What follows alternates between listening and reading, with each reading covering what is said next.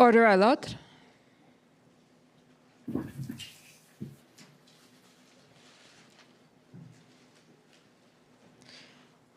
The Public Order Emergency Commission is now in session. La commission sur l'état d'urgence est maintenant ouverte.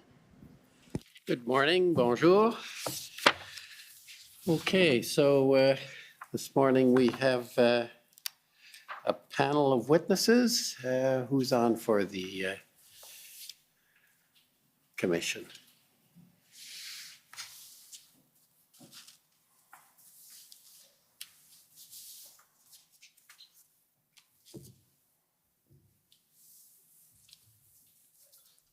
Morning, Mr. Commissioner. Gordon Cameron for Commission Counsel, and this morning we have a panel of 3 witnesses, combined 2 from CSIS and 1 from ITAC. If they could come forward, and we'll have them sworn.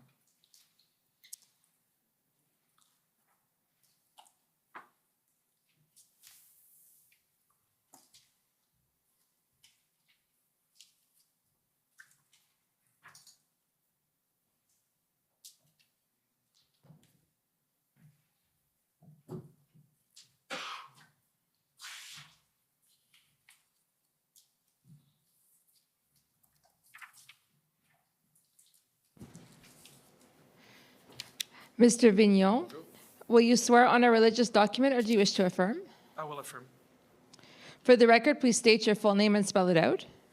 David Vigneault, D-A-V-I-D, V-I-G-N-E-A-U-L-T. Do you solemnly affirm that the evidence to be given by you to this commission shall be the truth, the whole truth, and nothing but the truth? I do. Thank you. Ms. Tessier, will you swear on a religious document or do you wish to affirm? I will affirm. For the record, please state your full name and spell it out. It's Michelle Tessier, M-I-C-H-E-L-L-E, T-E-S-S-I-E-R. Do you solemnly affirm that the evidence to be given by you to this commission shall be the truth, the whole truth, and nothing but the truth? I do. Thank you. Ms. Chaillet, will you swear on a religious document or do you wish to affirm? I will affirm. For the record, please state your full name and spell it out. Marie-Hélène Chaillet, M-A-R-I-E-H-E-L-E-L-E, C-H-A-Y-E-R. Affirmez-vous solennellement que le témoignage que vous allez rendre devant la Do you solemnly swear that you shall speak the truth and nothing but the truth for the Commission? I do. Good morning, and this is now our 3rd opportunity to see each other and go through the evidence that you'll be giving to the Commission this morning. And what I'd like to do is begin with a little bit of housekeeping. I'll remind Mr. Commissioner, I'll remind parties through you that we have already had the interview summary of these 3 witnesses adopted during the closed session, which took place on November 5th. We also had the confidential and public versions of the institutional report adopted during that session. But the one item that has not yet been adopted is the summary that was posted yesterday of the closed session. And so witnesses, I would ask you each in turn to confirm that you reviewed that summary for accuracy and adopted as part of the evidence of CSIS and ITAC before the Commission today. Can you each confirm that? Yes. Yes. Yes. Thank you.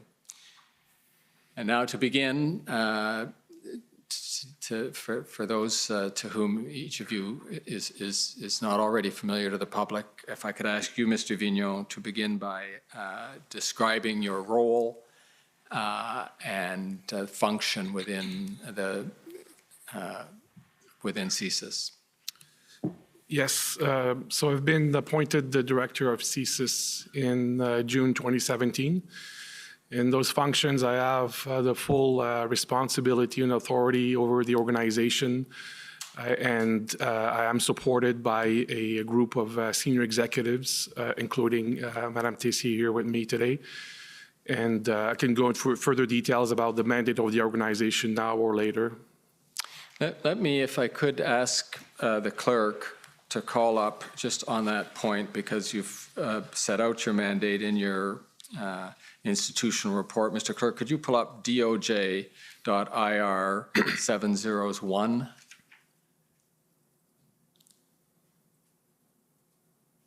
I'm inferring from the number of this document that CSIS was the first federal government institution to get its institutional report filed. And witnesses, if we go to the second page, Mr. Clerk, if you could scroll down just to the top, that, exactly there, thank you. And we see in the second sentence there, and I'll read it and you can follow along with me, Mr. Vignon. CSIS's core mandate is to investigate threats to the security of Canada and advise the government of Canada on such threats. See that there? Yep. And you confirm that is the core mandate of CSIS? Yes, it is. Okay, thank you. Now, Ms. Tessier, you are the Deputy Director of Operations at CSIS, correct? That's correct. And can you describe your role in that position? Certainly. I'm responsible for the overall management of service operational activities and the governance of those activities. The way we've found it convenient to describe it to those who aren't familiar with the bureaucracy of the service is to describe you as the most senior intelligence officer in the service. Is that a fair description? That's correct. Thank you. Ms. Chaillet, you're with ITAC. Could you tell us what your role is there and in general terms what ITAC is? We'll go into a little more detail later, but just for introductory purposes. Yes, certainly. I am the Executive Director of ITAC. I've been in that position since September 2021. ITAC is an organization that was created in 2004 out of the National Security Policy to independently produce threat assessment using a broad range of intelligence and information, both at the unclassified and classified level. We have three main lines of operations. The first one is to assess and recommend the national terrorism threat level for Canada.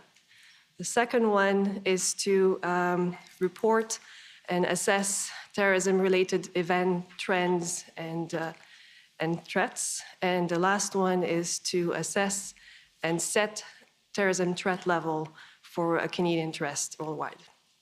Thank you. And can you describe in general terms the relationship between ITAC and CSIS?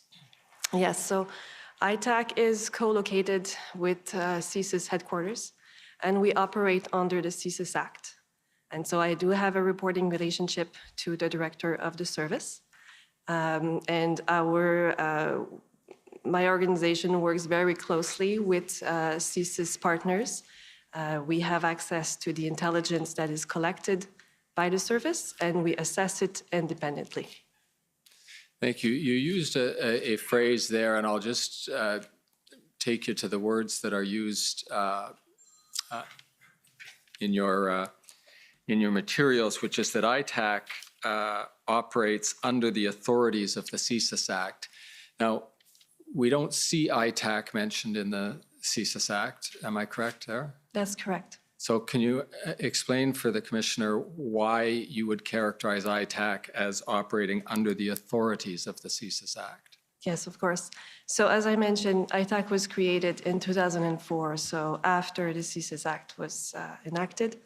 And when it was created, after the 9/11 incident, basically, to avoid silos in intelligence assessment.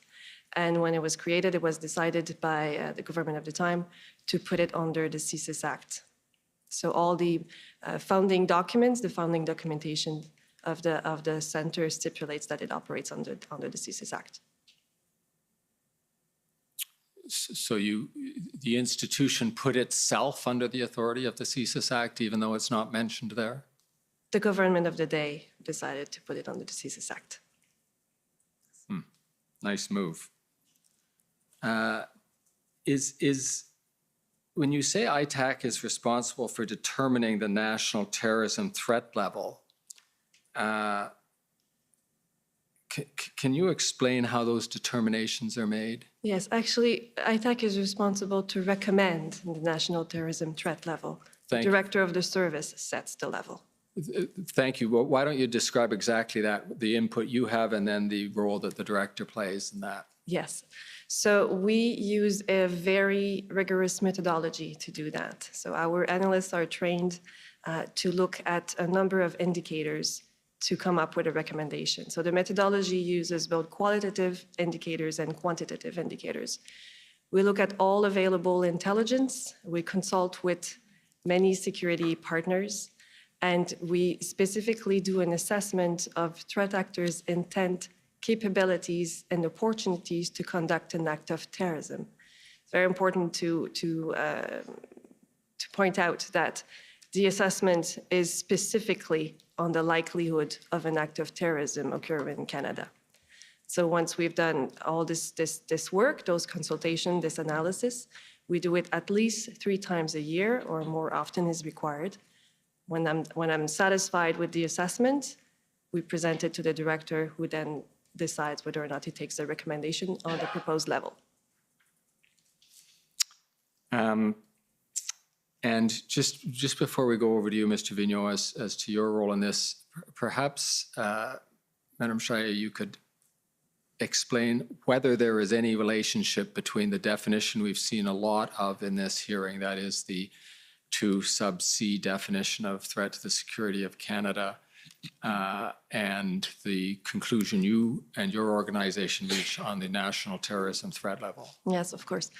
So so as you very well know, the 2C and all the Act unlocks investigative powers for the service, right? ITAC is not a collecting agency. We do not collect intelligence. We assess already collected intelligence. And so the intelligence that the service collects under 2C, this is the intelligence that we assess along with other informations or consultations with partners to come up with the recommendation at threat level. If I understand what you're saying, the recommendation that you make as to a threat level isn't a recommendation that a 2C threat has been found. No. These are independent concepts. Yes. Thank you. Now over to you, Mr. Vigneault. When you receive the recommendation from ITAC, what's your role? So, of course, after reviewing carefully the material, I need to satisfy myself that I concur with the analysis, and I can, agree or disagree with the recommendation to set the threat level. And so I do that, as Madame Chaillet described, regularly during the year, or as required if there is a specific incident that happens in between those set time periods. And tell me, is this sometimes a subject of dialogue between CSIS and ITAC, where you receive a threat level recommendation and perhaps ask for more information or query the conclusion or give other feedback? Mm-hmm. The way it works is that it could be a combination of, regular dialogue. And so while the assessment is being made, Madame Chaillet and I will have part of different meetings. We'll discuss terrorism issues in Canada and abroad. And so our common understanding will be formed through those discussions. And it happens also that, when I receive the formal material, I will ask you to sit down with the executive director of ITAC to formally question some elements to make sure that I understand exactly what's the basis of the analysis and make sure that I'm comfortable with such analysis. And then I'm the position to make the determination of the threat level. Thank you. Now, witnesses, we are going to go through an exercise that we Commission Council have colloquially called CSIS 101. Similar to some of the questions you got asked in your interview and in the closed session. Probably, Madame Tessier, these are mostly for you. This is your working, the concepts you work with every day, but other witnesses, please feel free to add or qualify as you think appropriate. And these questions, witnesses, will be about your core mandate, so what soon we will come to call your Section 12 mandate, but your mandate to investigate threats to the security of Canada. And so let's start with section 12. And Mr. Clerk, if you could call, you might already have it on hand. It's the same document, the doj.ir.701. And page 2, you have in the second paragraph that begins pursuant, an extract from section 12, which I'll just read for the transcript. Pursuant, the first part is a lead-in, and I'll mention when the quotation starts. Pursuant to section 12 of the CSIS Act, CSIS, and here the extract from the Act begins, shall collect by investigation or otherwise, to the extent that it is strictly necessary, and analyze and retain information and intelligence respecting activities that may on reasonable grounds be suspected of constituting threats to the security of Canada, and in relation thereto shall report to and advise the government of Canada.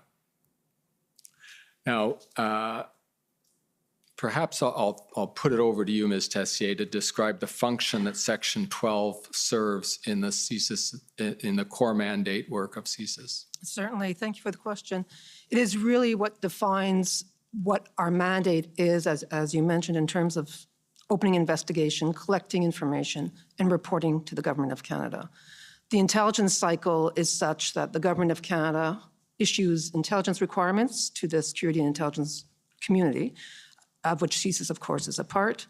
And we then issue direction to our regional offices to collect the information that can fulfill that intelligence requirement. We analyze it in our headquarters, and we subsequently disseminate our assessments to the Government of Canada. Right. And we'll probably come back to this as we're discussing some of the other definitions, but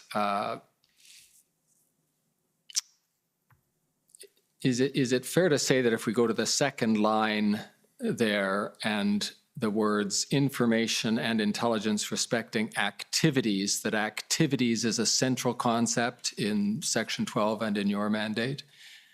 Absolutely. And of course, it's related to Section 2 of the Act, which Right. describes the threats. To Yes, Section 2 particularizes the types of activities that could form threats, but in particular, you're not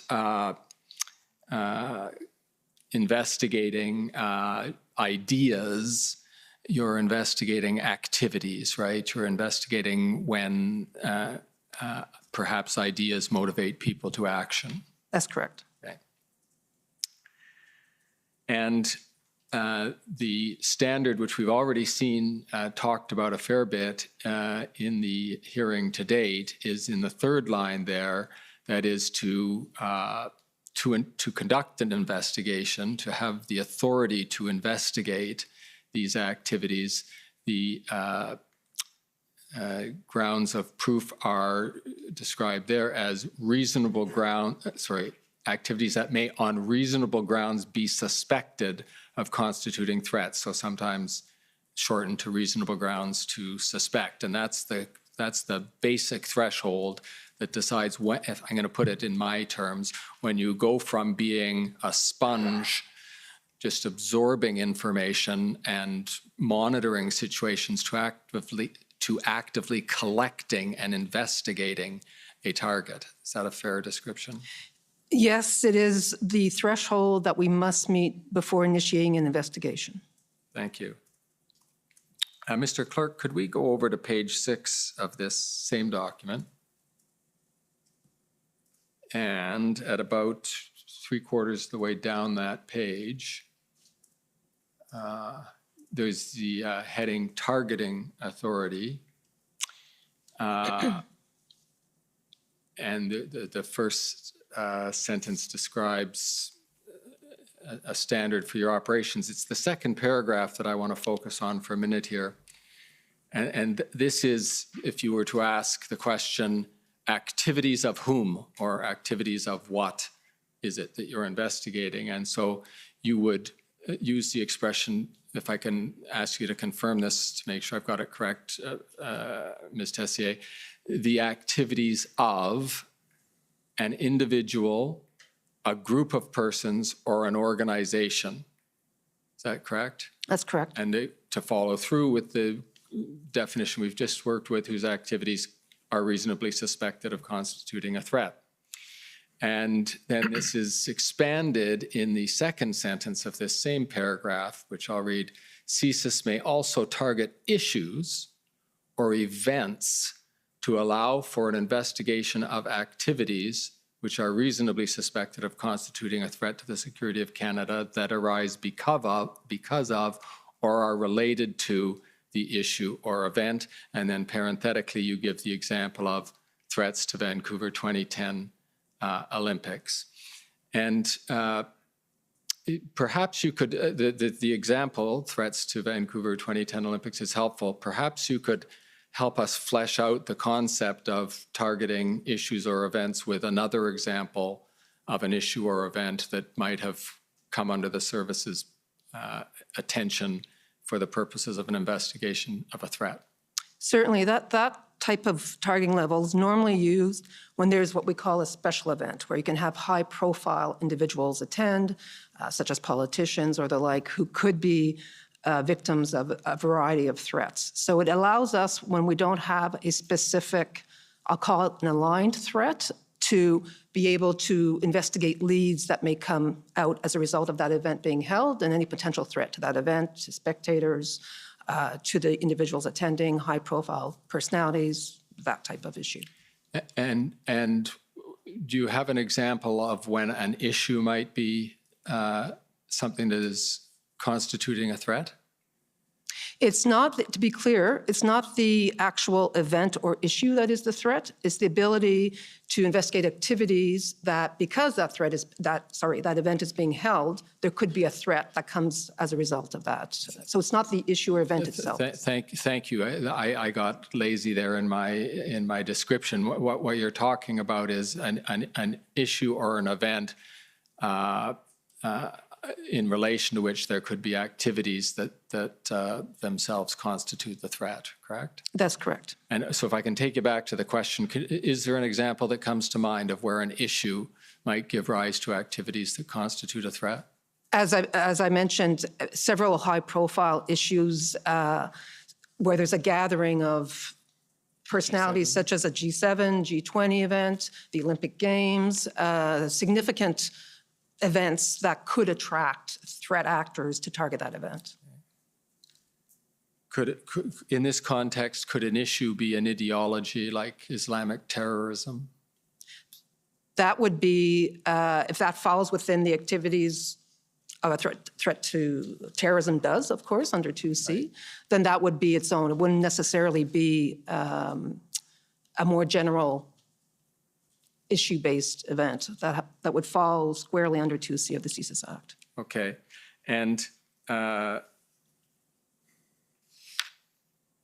so we've got, if I follow this correctly, looking at these at the listings in paragraph 2, we could have an individual, a group of persons, or an organization who could, any of those could be involved in activities, or the target could be issues or events that allow for an investigation of activities that are suspected of constituting a threat because of or related to the issue or event. So it can be a permutation of those three categories of targets on their own or in conjunction with an issue or event. Correct? That's correct.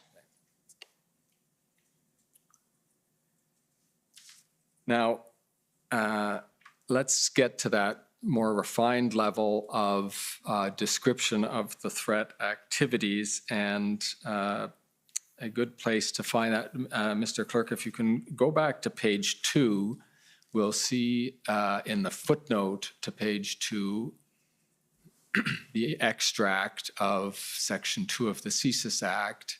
And just, Ms. Tessier, to help put this in context, Section 2 of the CSIS Act is the section that contains a long list of definitions, one of which is threats to the security of Canada, correct?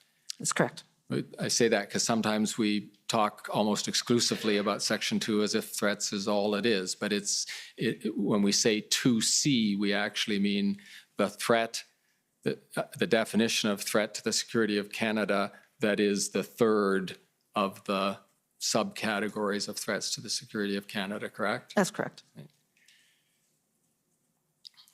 And is it fair to say that for the purposes we are talking about in relation to the convoy, the blockades, the protests that in January and February of this year, that certainly the concentration and ultimately, I think the exclusive area of interest for potential threats or for investigation of threats would be 2C. Is that right? That's right. Okay. And I'll just read that out again so it appears in the transcript. Activities within or relating to Canada directed toward or in support of the threat or use of acts of serious violence against persons or property for the purpose of achieving a political, religious, or ideological objective within Canada or a foreign state. And so that we don't have to keep repeating that, in your community, you often refer to threat-related activities as a compact way of describing 2C. We often refer to it as terrorism, but yeah, threat-related activities Okay. Related to terrorism. Other phrases I've seen are threats of serious violence, and we all built into that, we know it has to be all of those other words, including ideologically motivated, et cetera. But if you hear me use that expression, threats of serious violence or activities directed towards serious violence, you'll know that I'm talking about a 2C threat. Can we agree on that?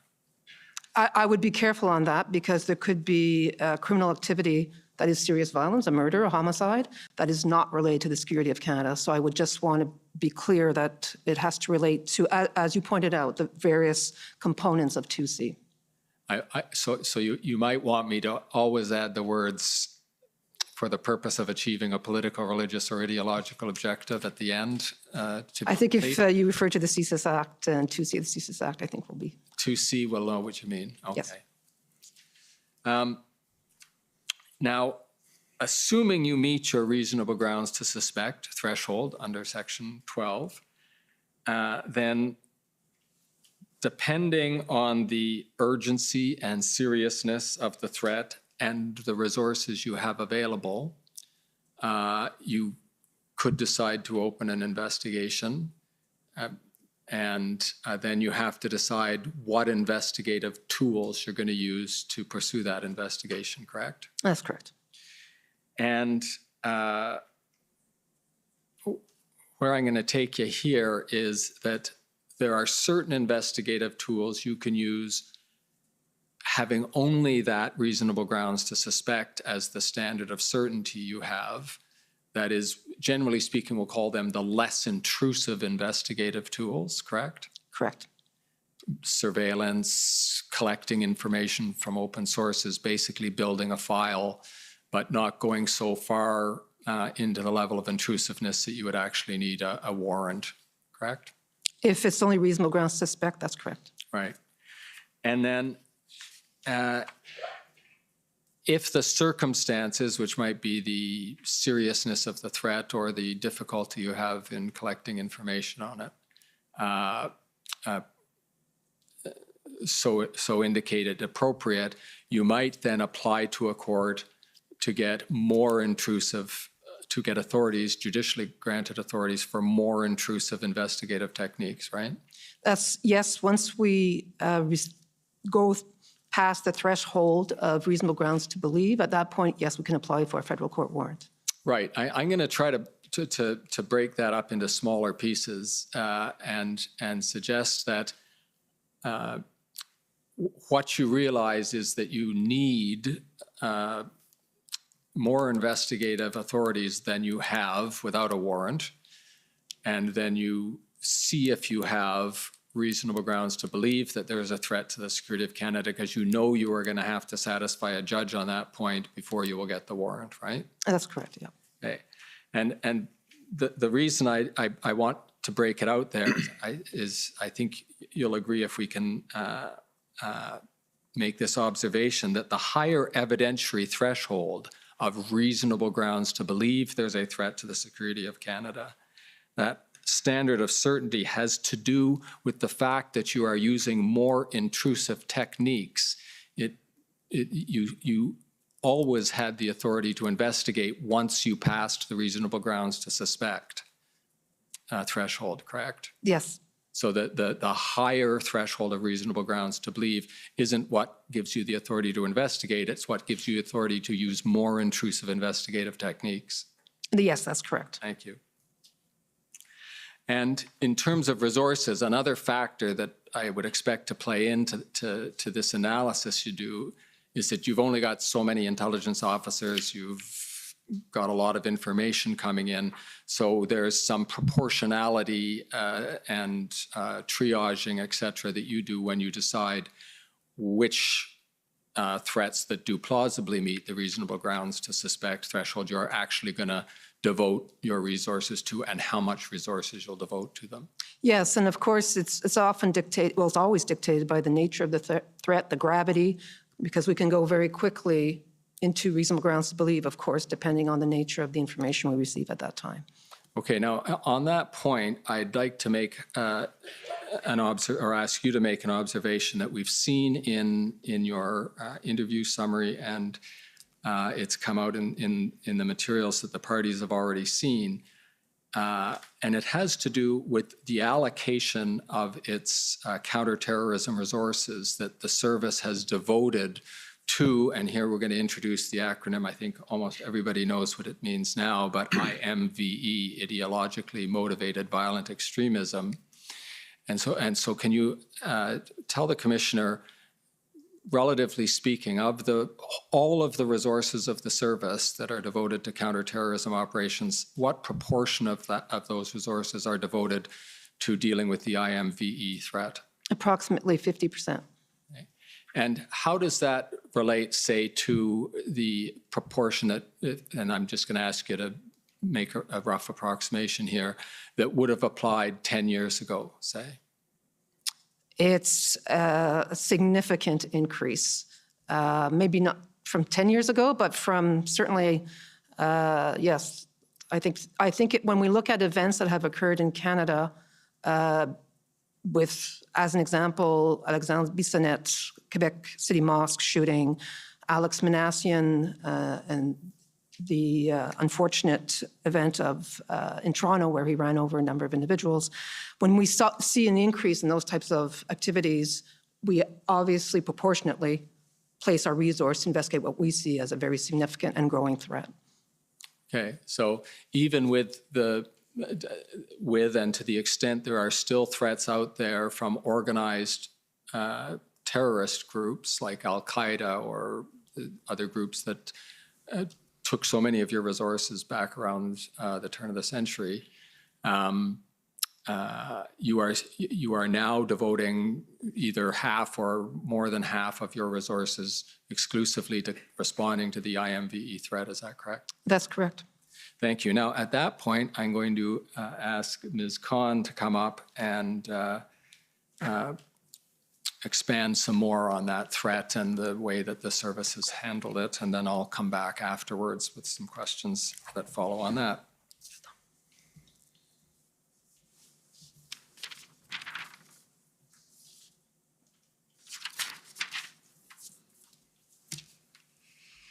Good morning. It's good to see you again. Good morning, Mr. Commissioner. For the record, I'm Nasser Khan, Commission Counsel. I think my questions are probably best placed to you, Ms. Tessier, but as Mr. Cameron said, please, if the other panelists feel able, jump in where you feel it's appropriate. So I would like to go through the IMVE framework that the service has adopted with you. And I understand that this terminology and this framework is something that the service has adopted as a policy framework in recent years. Is that correct? That's correct.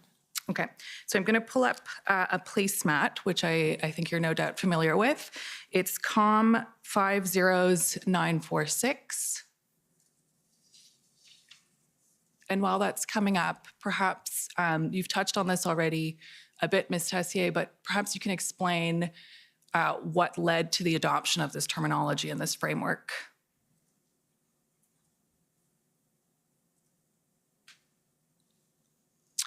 Thank you. I will say at the outset that ideologically motivated violent extremism is very difficult to define when it meets a CSIS threshold, when it meets the threshold of terrorism. And that is something that we share internationally when we're talking with our partners because it is a complex threat. We adopted that term because of the complexity and the number of ideologies that can fit into it. We didn't want to get into right wing, left wing. That can mean different things to different people. It could be just a legitimate viewpoint. And so we wanted to highlight the various, I'll call them steps or criteria is a better word, that would bring CSIS's investigations into the fore. So we want it to be ideologically motivated. So that it's not just a personal grievance. It is something somebody fundamentally believes in. And they want a societal change. So they want to change the world. They really believe in this extreme vision of changing society. And then, of course, serious violence, death. They are looking to kill. Right. And so I understand you're referring to the 4 criteria that are set out in this placemat there. So we see willingness to kill, attempting to affect societal change, ideological influence, and serious violence. So these are the criteria that would that would lead the service to determine that there is a threat under 2C in particular. Is that right? That's right. It's not an exact science. And I think it's important to realize that given the nature of this type of threat, we do try to develop this criteria. And as a matter of fact, many of our international allies have adopted the same vocabulary because we know it's challenging. So we try to narrow it to those criteria in order for CSIS to begin its investigations. Okay, so perhaps we can walk through the criteria in turn. So I'll just note, actually, before we go there, a threat actor in this scenario is not somebody that the target that the service is investigating. Is that correct? Sorry, I don't think I understand your question. So in order for somebody to move from being an actor into a target, Right. they would have to meet these 3 criteria. Is that Yes, correct? that's correct, yes. And an actor doesn't necessarily need to be a person or an individual. Is that correct? Well, normally it could be a group, could be an organization. And could that include cells or platforms or networks more broadly? I'm not sure. Cells, of course, are composed of individuals. I mean, ultimately, you're dealing with individuals. Even if it's a group or an organization, they're composed of individuals. Okay. So perhaps let's go to the first criteria, willingness to kill or inspire others to kill.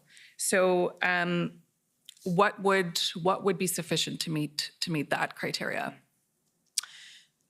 Our information indicating that somebody is seriously has communicated that they want to commit murder, that they're acquiring arms, but it could also mean damaging property in such a way that could lead to somebody being killed, even if that wasn't the initial intent. It could also be inciting individuals to violence, because oftentimes it is the consumers of that type of propaganda who could be the ones who become radicalized and commit the act. Right. So I want to pick up on something you just said there. You said it could be destruction to property as well if it leads to loss of life. Is that a fair characterization? Yes. So there has to be the potential for loss of life. Yes. So if we zoom into this placemat onto scenario 3 there, this is a scenario in which presumably there's a threat to one of Canada's 10 critical infrastructure sectors, and loss of life isn't an objective per se, but it's a possible outcome, and that's what would trigger this criteria. Yes, that's correct. So if we just scroll to the next page, please, Mr. Clerk. So I think there's a definition up there about serious violence. And if we just zoom in a little bit more and scroll to the right, serious violence in relation to the 10 Government of Canada critical infrastructure sectors is defined as a threat actor who willfully destroys or damages property if such actions could endanger a person's life. And that's what we were just referring to, correct? That's correct. So, for example, a willingness to engage in just pure destruction of property, if all the other criteria are met, wouldn't be sufficient to bring somebody up to the level of being a target. Is that correct? Yeah, not necessary, but yes. Okay. And so would an example of this be somebody, for instance, who might want to tear down a statue for an ideological purpose and for a desire to affect societal change, but because the potential of loss of life isn't made out, they wouldn't rise to the level of being a threat. Is that correct? That's a fair statement, yes. Okay.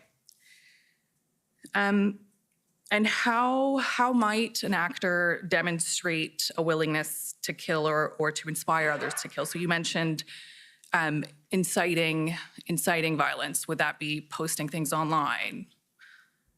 It could include posting things online. Sometimes it's more covert than that, but it could, yes. Okay. And would passive engagement or consumption of that content indicate a willingness to kill? I'm not sure I understand what you mean by passive engagement. Perhaps somebody who's engaging with violent content online, Right. just looking at it, reading it, browsing it, would that be sufficient to meet this criteria? No, not all. Okay. So we'll turn to the next criteria, which is the desire to attempt societal change. If we can just zoom out, Mr. Clerk.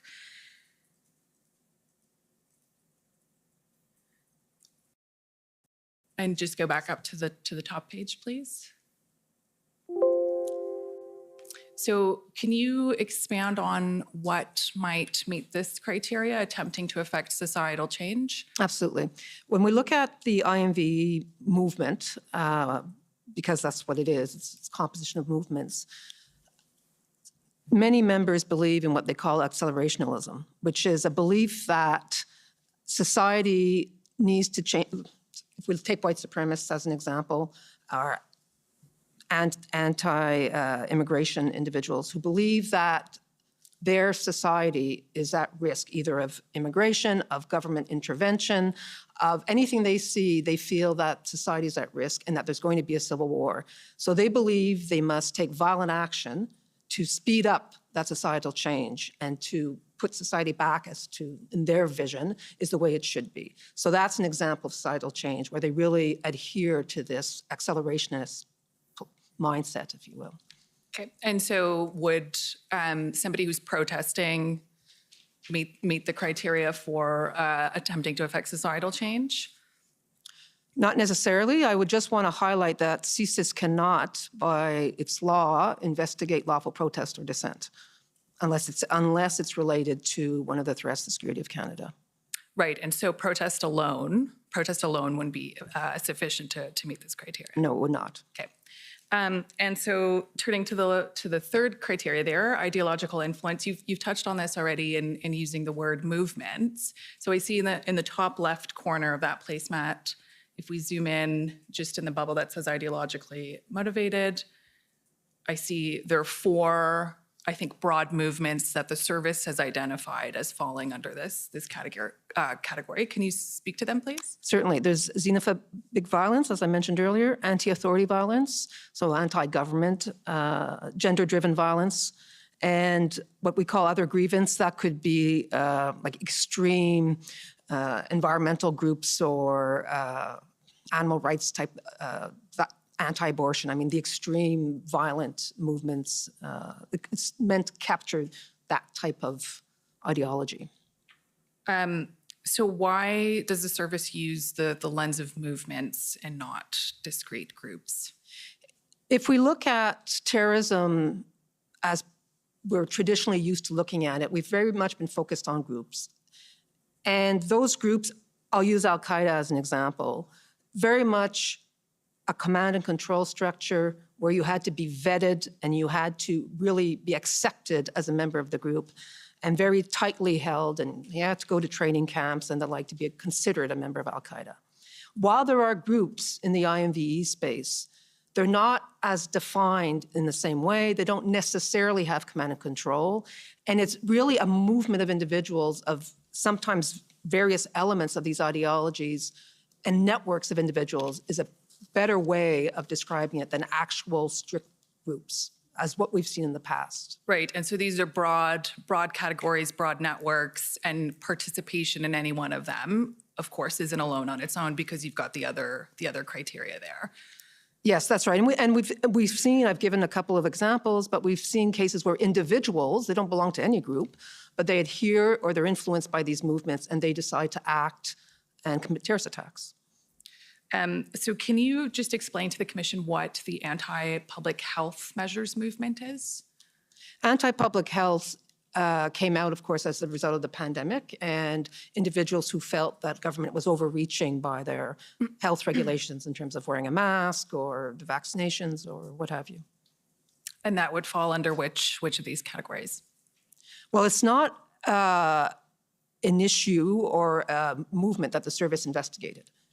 However, we have seen some of our subjects of investigation in the IMVE space exploit that type of a movement. If they're anti-authority, if that's the ideology that they subscribe to, and they see government intervention, then they can exploit that to justify their ideology and say, yet again, government is overreaching. That type of an example.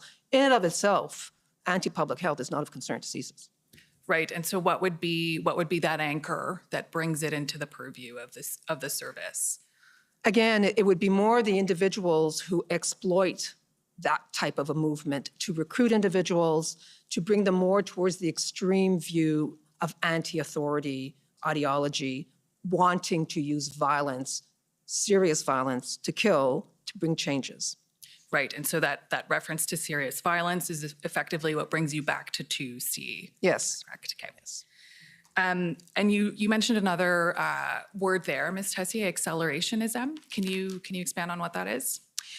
As I mentioned, and I'm not the security expert on this, but as I mentioned, it is a view that they have to accelerate the change of society because they're not satisfied with how society is right now. As I mentioned, they could be xenophobic, they could be anti-authority, and they feel the only way to make a change is not using the democratic process and voting, but rather to use serious violence to kill, to bring about that change, because it's not happening in the current state of affairs.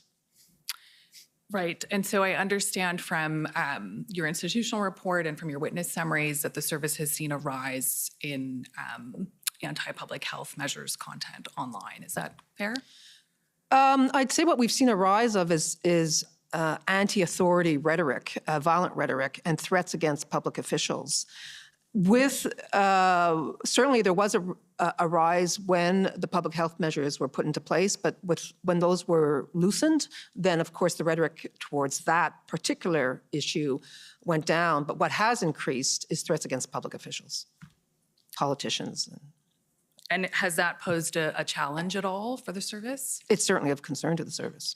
Yes. So how does the service go about distinguishing between credible threats of violence and something that might just be a social media post that expresses anti-authority views?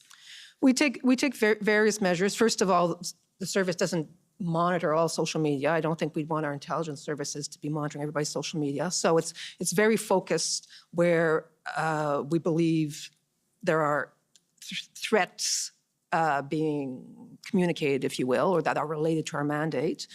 And but we use all our methodologies. If we feel that we have sufficient information to begin investigation, then we'll use the techniques and our methodologies, such as surveillance or what have you, that enable us to investigate that threat further. But it is always a challenge to know when somebody's going to move from the online space to the physical space. That's obviously of great concern. And as I mentioned earlier, it's often not necessarily the person posting the rhetoric, but the person consuming it who can decide to become radicalized and then act. Right.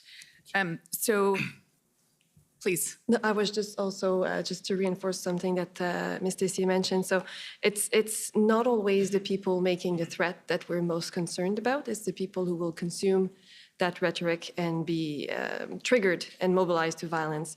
And to also answer another of your questions to how we evaluate the threats. At ITAC, we look at this fairly closely. And we apply the same type of methodology that we use for the terrorism threat level, which is to look at the threat actors, their intent, their capability, and their opportunities. And so our analysts are trained, they have very detailed tradecraft to learn to evaluate the intent based on a message. A message that says, I wish that person would get killed, is really not the same as a message that says, I really dislike this person, I just acquired a gun and I'm gonna shoot the person. So I'm exaggerating, but it's just to give you the idea of how we actually look at those threats and look at them very closely with that tradecraft and that methodology in mind. Right, and this tradecraft that ITAC applies would be, or the methodology is distinct from these 3 or 4 criteria that the service is applying. Is that correct?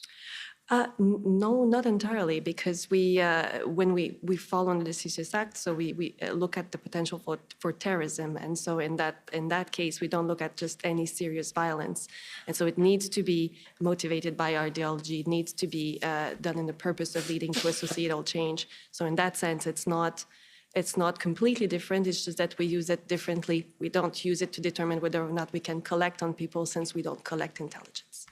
Okay, thank you. So I'm going to ask you to define 2 big concepts, and so I'll pose this question to the whole panel. One thing that the service is struggling with, as I understand, is dealing with misinformation and disinformation as it navigates the challenges of determining between assessing credible threats online and online rhetoric. So can you explain to the Commission what and disinformation might mean and how that impacts your work in determining threats under Section 2C? Certainly, I can answer that. My colleagues can certainly add any comments they like. Misinformation tends to be erroneous information that continues to be sent online, communicated online, not necessarily knowing that the information is erroneous. Disinformation is purposely spreading false information, if that helps at all. I think that's for the purpose here. I think it's the best definition, unless you want to elaborate more, but I totally agree with what was said here. So where would engaging with misinformation or disinformation fall on these criteria? Sorry, can we just zoom out a little bit more, Mr. Clerk? Maybe I will, essentially on this one, I think it's not just a question of misinformation, disinformation, because that is in and of itself not something that, we need to be aware of it, conscious of it, but it's not something that we need to determine ourselves. It's more linking back to the intent and the capabilities of the individual. So unfortunately, social media, internet is full of information that is misleading, that could be misinformation, as Ms. Stacey described, could be also purposefully misleading, so that would be disinformation. So I think, we're more interested in understanding that dynamic and then apply that understanding to our analysis of specific activities, specific individuals. So I think that would be more a better description of how we, the service, would be conscious and aware and apply those principles. Right, so you're aware of the fact that there are things circulating online that might not be violent rhetoric or that might not reflect a desire to engage in violence, but you've got to keep a general awareness of that. Is that fair to say? Yeah, because what we have seen, unfortunately, a number of the individuals who have perpetrated the act of terrorism in Canada, we've had, since 2014, we have 25 people who have been killed in terrorist activities, by people who were motivated by violent extremist ideologies. And so when you dissect, deconstruct their motivation, often because they left manifestos or writings behind and so on, you see a conflation of different issues. It could be, xenophobic ideology. And then when you start to look at the material and the understanding, you realize that there is a lot of misinformation and disinformation that is weaved into their writings or their understanding that creates that belief for these individuals that they must act. So that's why we, CSIS, will need to have that kind of awareness not because we will be interested, in every misinformation, disinformation that exists, but that reality informs the threat-related activity that we must investigate. Thank you. I'd like to shift gears now, so we can just take that document down, Mr. Clerk, thank you, and talk to you about the services activities in respect of the convoy in particular. So as I understand it, the service was aware or had pre-existing targets and came to learn of the convoy through that activity. Is that fair? Sorry, we became aware of the convoy. Yes, of course. Right, and so the service had pre-existing targets who might have been involved. Yes, we had pre-existing targets in the IMVE space, to be clear. And was the service at any point, was the service at any point investigating the protest itself?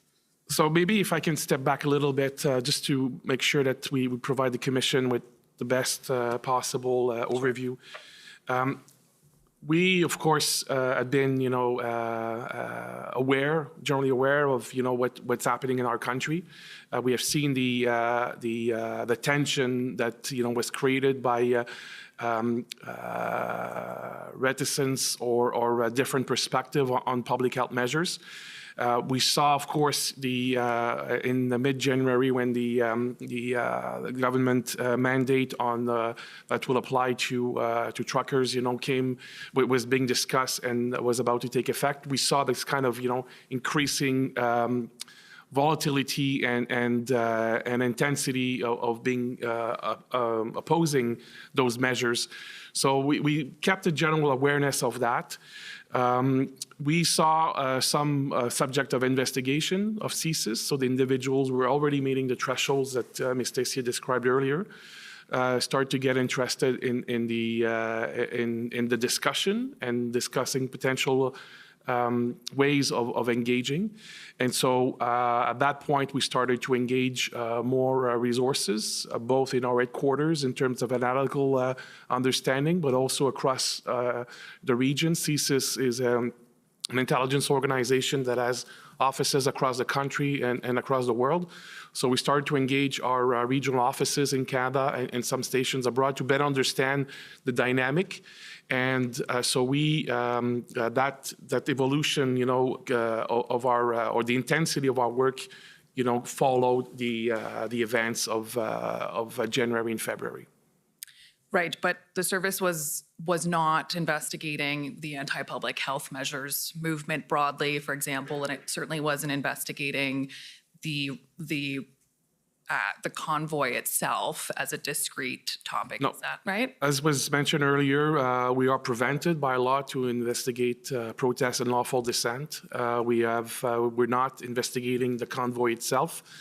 Our interest is to understand how that dynamic is potentially influencing individuals that were known already to CSIS, and others potentially to radicalize further and engage in potential threat-related activity. So we were not investigating the convoy. Right, and so the service's focus remained at all times on its targets and their participation or their involvement, as it may be, in those protests. I would maybe clarify, Commissioner. I would say that we were, of course, focusing on our subject of investigations, but also the dynamic of such events is that you have people. Sometimes it can refer to lone wolves or individuals who might be further radicalized by the protest, and so our work was to engage with our federal partners, with law enforcement at the federal, provincial, municipal level, in Ottawa and across the country, to understand how potentially what was happening in the protest world, if I can put it this way, could have an influence on individuals those who were known already to us are subject to investigations, or others who could be radicalized. So it was essentially a twofold analysis, making sure we understood what our subject investigations were doing, associating with, and so on, but also understanding who were others who could potentially radicalize, who could potentially start to recruit and meet others to further threat-related activity. And so that focus is one that we maintain from the beginning to the end, and to a large extent that's what we continue to do, is we always make sure that we don't have tunnel vision in our analysis, is that we challenge ourselves on an ongoing basis to make sure that our perspective of threat-related activity is not just linear and doesn't change. We were on an ongoing basis, because of that exchange of information with other organizations, challenging ourselves to make sure, do we really understand well the dynamic here, and how does this apply to the CSIS Act, and how our intelligence professionals are executing? Right. So would it be fair to say CSIS was looking at the protests in conjunction with its targets, as the Section 2C definition allows? Yes, our targets, but also looking at the broader perspective to see if others would eventually engage in such activity that they could become subject of investigations. So looking for potential threats? Yes. Okay. I would like to pull up a document, TSNSC CAN 50165. So I'll take you through a few briefs that the service prepared in the course of the protests, and we can discuss them. So do you recognize this document, Mr. Vigneault? Yes. Can you explain to us what it is? As per the title, these are notes that were prepared for a senior executive in the organization, Ms. Tessier, myself, to brief outside partners. In this case would be Minister Mendicino, Minister of Public Safety, who I report to as Director of CSIS. So this would have been a ministerial briefing that you would have provided, is that right? Yeah, well, I think we can describe it like that. Right. And so this is January 27th, around the time of the first ADM NSOPS meeting, is that fair? Yeah, I trust that those dates are accurate, yeah. Okay. So I just want to go through the content. If we can scroll down a bit, we have sort of the very first assessment prepared by the service, I think, of the Freedom Convoy. And so there's a bullet there that says CSIS is investigating IMVE activities and monitoring IMVE social media content. There has been online commentary calling for violence and storming Parliament Hill buildings. And then the next bullet, CSIS is tracking engagement of its targets in relation to the convoy. Over the coming days, CSIS will be monitoring the involvement of these targets and other persons of interest, in particular for any indications of mobilization to violence. So what do those two bullets mean there? What does CSIS will be monitoring the involvement of these targets and other persons of interest, in particular for indications of mobilization to violence, mean? So I think, as we were just describing in the previous exchange, is that we had already an awareness of a number of individuals in Canada who were engaged in activities that met our threshold for 2C investigations. And so we were aware that some of these individuals were interested in paying a lot of close interest to the convoy, and trying to understand, what it meant, saw potential opportunities. And so we were looking at those individuals. So these are the known actors, if you want. Our work as well is to make sure, as I mentioned, that we don't have tunnel vision, that we just don't look at what we know, but also in this context of other people who might be influenced by the events, by some specific decision by the government, some specific radical rhetoric online to say, it is my time, I need to do something. So our professionals at CSIS and in ITAC are trained to really understand well the distinctions we're talking about 2C and so on, about what is lawful dissent and protest versus what are activities that could be potentially, threat-related activity under the CSIS Act. So this is a description of that at a high level of that type of work that was ongoing during that period. So is the assessment there that there's a possibility of a lone actor threat? Is that it? Yes, essentially at that point, late January, we're looking at such an activity because based on, again, experience of our professionals, we have seen individuals who seize opportunities to engage in those acts, either because they had previous beliefs or because they are in events or activities or what they might read, consume in terms of information is radicalizing them extremely quickly. So a person that's not known to the service, but that could Absolutely. be mobilized. So at the bottom there, we see the bullet, CSIS is unaware at this time of any tangible plots or plans of serious violence. And so at this stage, there's no risk of a threat materializing. I would not necessarily say there's no risk, we're just that we're not aware of it. And so I think, it is I think Ms. Tessier used the expression earlier, it's not an exact science. And what I think is very important to remember as in this event and other events of the sort that we've seen in the US and other democracies is that there could be a very quick turn of events. There could be very quick radicalization or shift in the dynamic of these.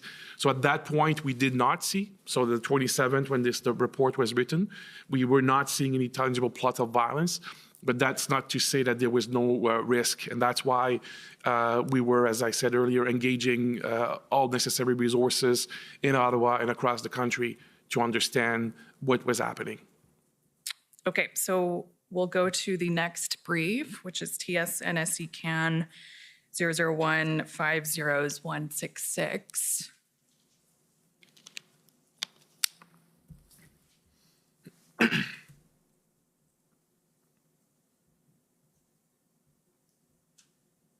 So do you recognize this document?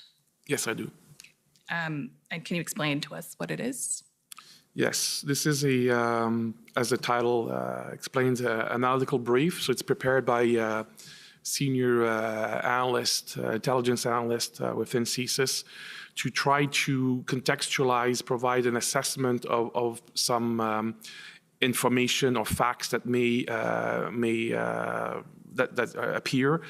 And it's to use their expert knowledge and apply analytical tradecraft to take facts and events and try to make some sense out of them so that we have an understanding within the service and ITAC of what this means. And this distribution here also means that it would have been shared more broadly across government.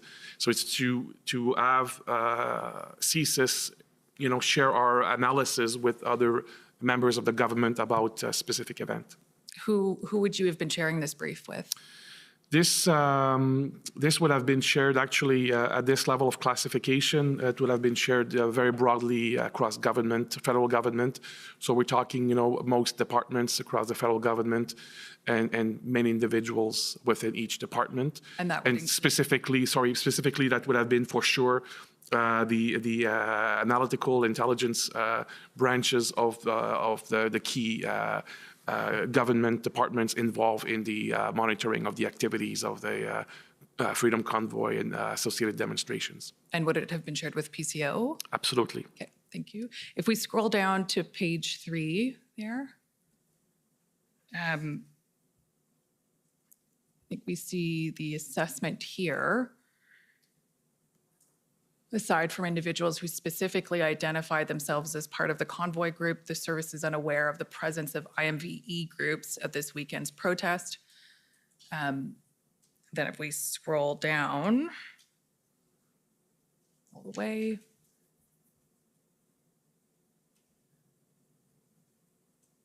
the presence of racist and bigoted flags appear to have been brought by individuals who would like others to believe that their cause or belief is far greater and more organized than it actually is. CSIS assesses that these flags were not part of a broader group initiative. So this is February 2nd, and the service is still reporting there isn't a threat under Section 2C arising from the protests itself. Is that fair to say? I'm not sure that this is, I think the purpose of this was more to, again, use the expertise of CSIS IMV analyst to try to share with other groups, individuals, organizations that may not be as familiar as CSIS is on these issues, to say that we have seen in the past people waving flags, different demonstrations. And when you do the analysis, it's not to say that, there were a large number of people associated with those flags. It could be here, it is essentially, there was a number of commentary made in the media and other places that trying to draw an inference between if there is such a flag, that means there are lots of people associated with this cause. This was to use the best analysis possible from our intelligence experts to contextualize that information, to try to make sense for people who are not experts of what we saw and how we analyzed this event. Right, so at this stage, we're seeing indicators or symbols at the protests that might lead one to believe that there are extremist groups involved in the protest, and the service is saying that's not necessarily the case.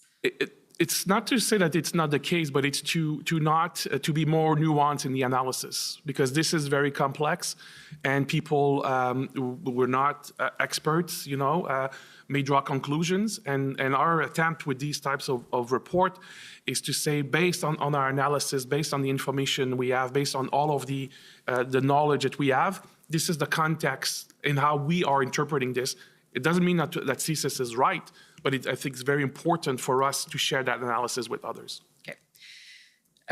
So I'll take you to the last brief, and that's TSNSC CAN 00150-211, please.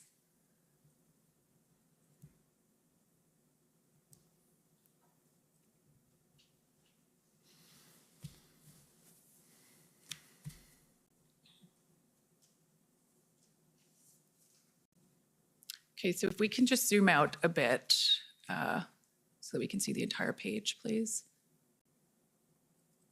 So I believe this brief is dated February 10th. Are you familiar with this document? Yes. I don't see the date on it, though. I think it's just at the bottom of the page there. Okay. So this is a brief, again, on the protests. If we just look at the title, it says Anti-Public Health Measures Movement, Grievances, and the Freedom Convoy 2022. So if we scroll to the bottom of page 2, we have the outlook prepared by the service.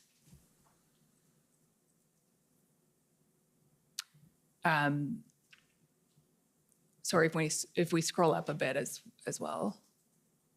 So we see there, just before the redaction, no formal organized plot of violence has been identified.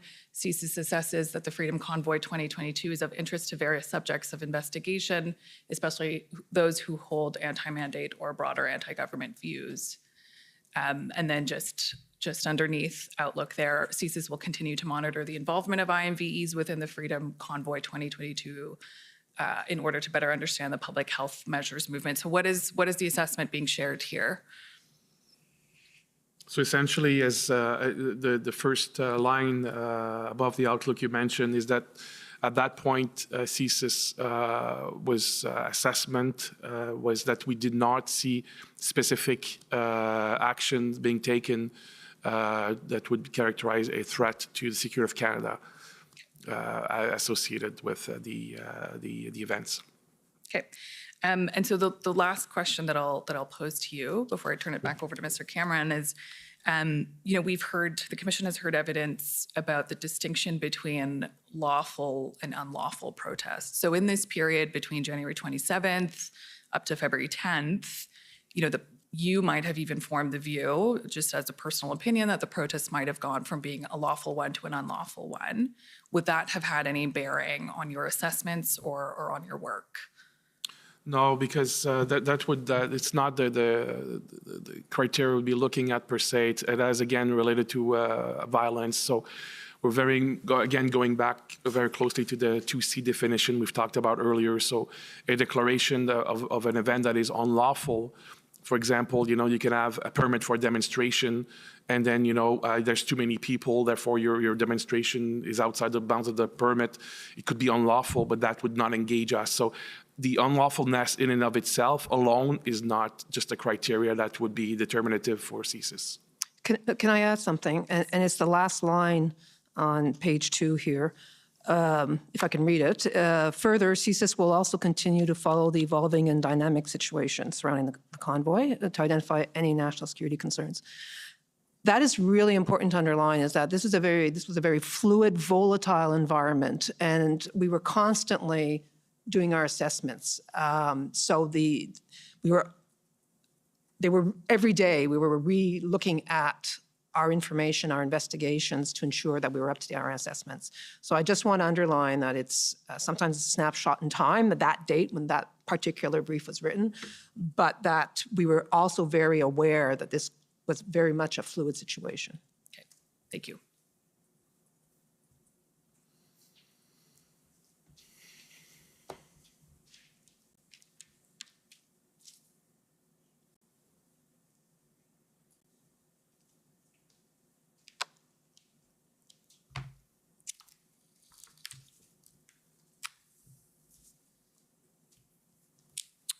Now,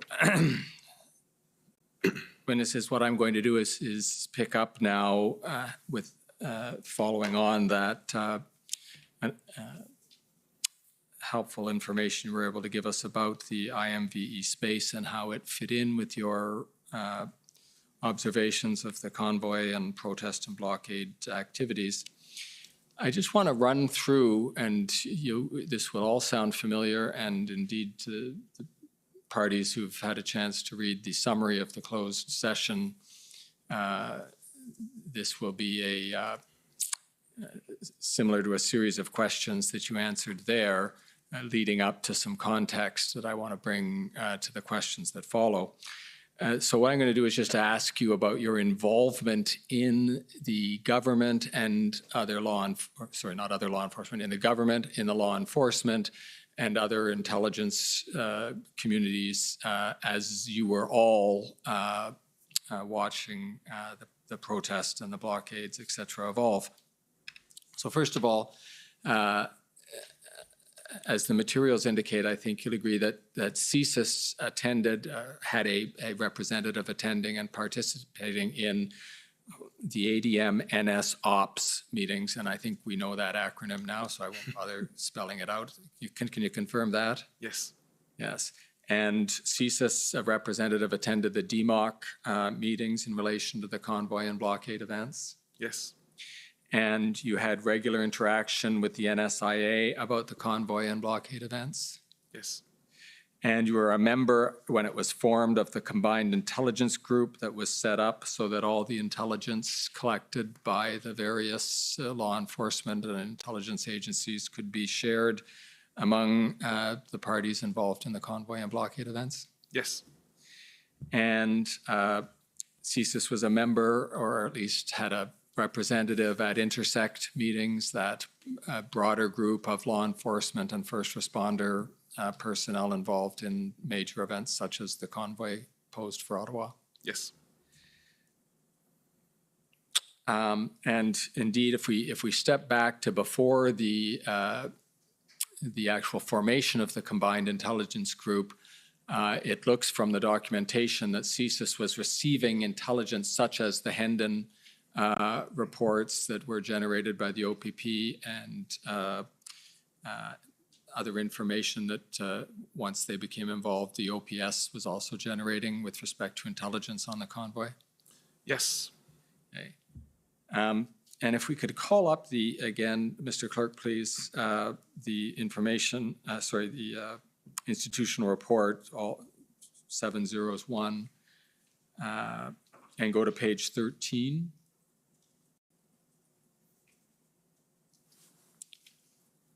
At about halfway down. Now, here's I think exactly where we were picking up, Ms. Tessier, with your comment about the dynamic nature of the events that were unfolding in front of you, and putting it in context of what I was just describing about your many-faceted interrelations with the intelligence and law enforcement community. It says here, CSIS continually monitored streams of intelligence and shared information with domestic and foreign partners including through the One Vision processes with the RCMP and police of jurisdiction to assess threats of serious violence in relation to the convoy.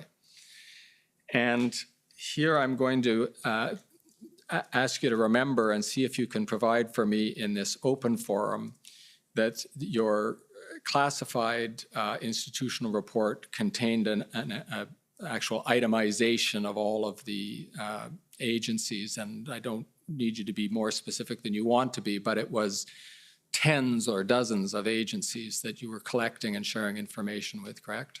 Yes, that's correct. We have, as was mentioned earlier, we have offices throughout Canada, and we deal with police of jurisdiction at all levels. Right. So to the extent that there was intelligence or information available in relation to potential threats to the security of Canada as defined in the CSIS Act, it was received and considered by the service. Yes, that's accurate. Thank you. Now, if we can look at one other, where you were giving input, we looked at where you were getting and sharing intelligence stuff, where you were giving input to government. If we go to page 13 again, just a little bit higher, or I guess immediately above where we just were, cabinet meetings. You and, was that Mr. Vigneault, you were attending mostly to the SSE and the IRG meetings? Most of them, Ms. Stacey attended a couple as well. Thank you. Where your role was, and I am quoting here at the end of the paragraph, to provide updates on national security threats that may arise and answer questions. So that was your role at those cabinet meetings? Correct? Yes. Yeah. Now, if we can go to, Mr. Clerk, the witness summary, which is the interview summary, which is WTS 60. So 6 zeros and then 60.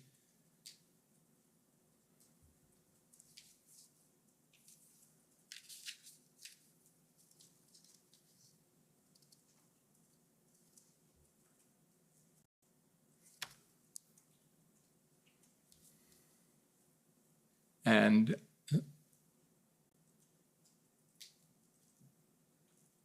thank you. If you can go to page 5, about 2/3 of the way down.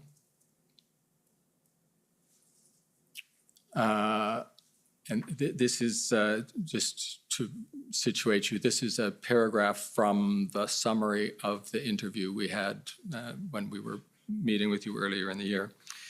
And it reads in the first paragraph under the heading intelligence, Mr. Vigneault stated that at no point did the service assess that the protests in Ottawa or elsewhere, and then there's a parenthetical definition of what that refers to, constituted a threat to the security of Canada as defined by Section 2 of the CSIS Act, and that CSIS cannot investigate activity constituting lawful protest.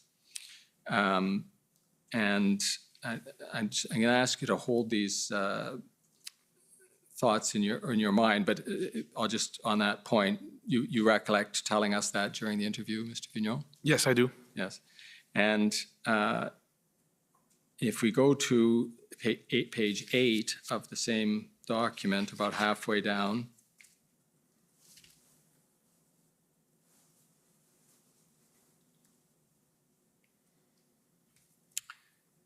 under the heading recommendation to cabinet,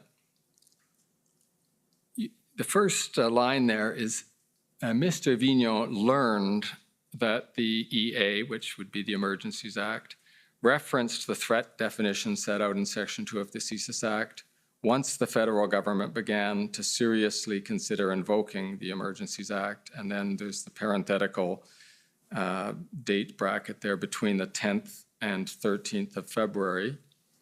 And then you've requested that the service prepare a threat assessment on the risks associated with the invocation of the Act. And then the last sentence is the one I was going to link to the earlier one you made, which is he felt an obligation to clearly convey the service's position that there did not exist a threat to the security of Canada as defined by the service's legal mandate. And again, you recollect us telling us that during the interview? Yes. And your legal mandate, as we saw it, I don't think we need to call it up because you can probably recite it from heart and thus recognize it when I put it to you. That legal mandate that you're describing when you say as defined by the service's legal mandate is to investigate threats to the security of Canada and advise the government of Canada on such threats, correct? Yes. If we can go now to, Mr. Clerk, WTS 6079, this is the public summary of the closed session we had on November 5th. And the bottom of page 5 of that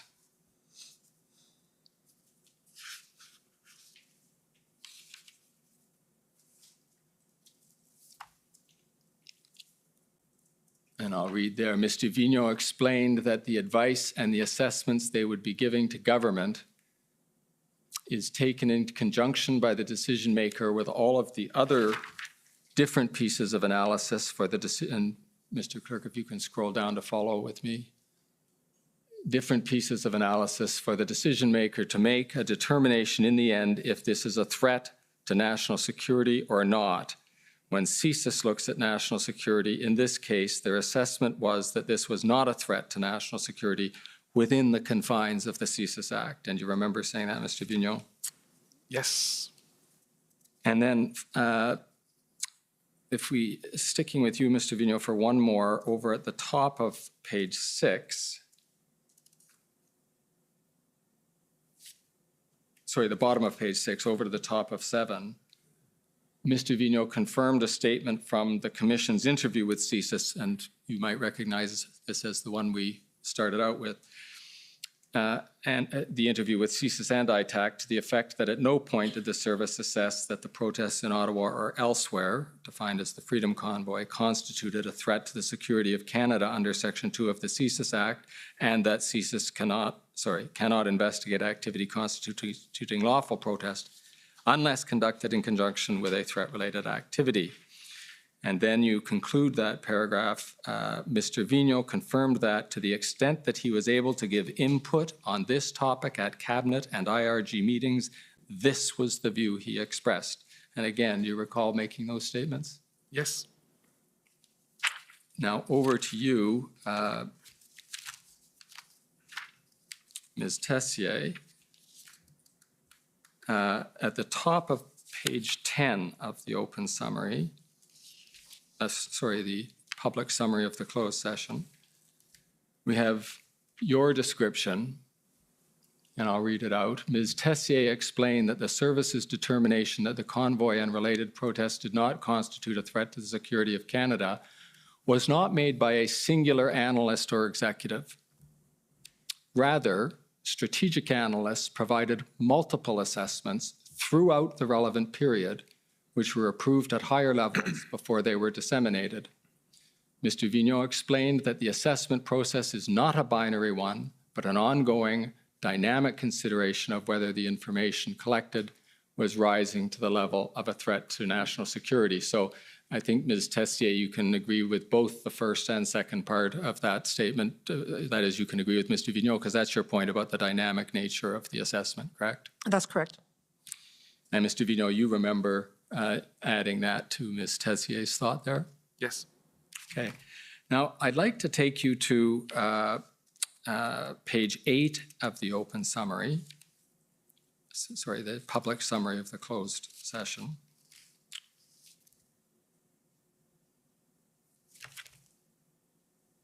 And moving to the bottom of that page, the advice to cabinet heading, and here we, in the open, sorry, Mr. Clerk, I've confused you. Just for a second, if I could ask you to go up to the very top, just so we can situate ourselves. Here we've started in the closed ex parte session, the examination by Counsel for the Government of Canada. So if you can scroll back down to the bottom again. And here, Mr. Vigneault, I will read the paragraph that the preceding paragraphs are leading up to. The preceding ones I've cited to you. Mr. Vigneault stated that at the end of the February 13th IRG meeting, following the discussion of the Emergencies Act, he was asked by the Prime Minister to provide an opinion as to whether he supported the invocation of the Emergency Act. Mr. Vigneault explained that based on both his understanding that the Emergencies Act definition of threat to the security of Canada was broader than the CSIS Act, as well as based on his opinion of everything he had seen to that point, he advised the Prime Minister of his belief that it was indeed required to invoke the Act. And again, you remember saying that during the closed session? Yes. Okay. And if I can just break that out a bit, if I understand what you're saying there, you have an understanding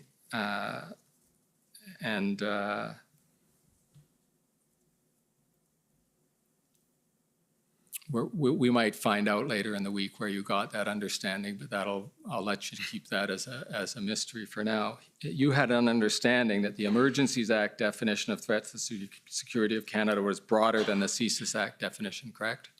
Yes, and maybe if you allow me, Commissioner, just want to go back to the first element that you took me through, Mr. Cameron, which was the that when I learned that the Emergencies Act was to be invoked, I informed myself. So this is, I think, is the crux of the issue. So as director of CSIS, we are very familiar. My colleague and I, we know the Act fairly well, of the CSIS Act. I was not familiar with the details of the Emergencies Act.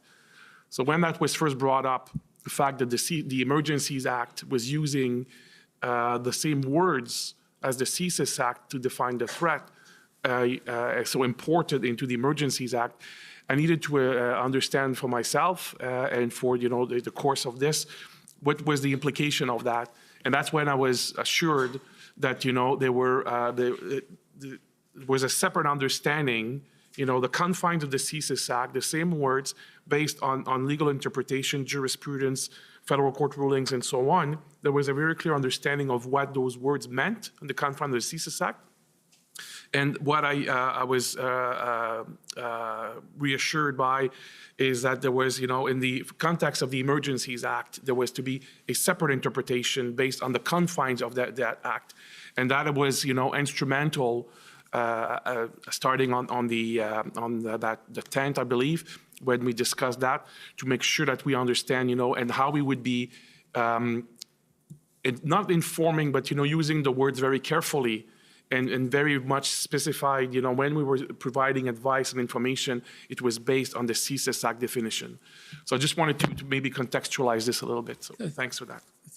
Thank you for that elaboration. Now, if we can go back to that sentence at the bottom of page 8, I understand, I think the words do speak for themselves, but I want to make sure I understand your sense of them, that based on your understanding that the Emergencies Act definition of threat to the security of Canada was broader than the CSIS Act, and then it says, as well as based on his opinion of everything he had seen to that point. So if I'm understanding the way you've put those two together, that if you take a broader definition and then look more broadly, you come up with the advice you gave to the Prime Minister of your belief that it was required to invoke the Act. Yes, that's exactly it. Thank you.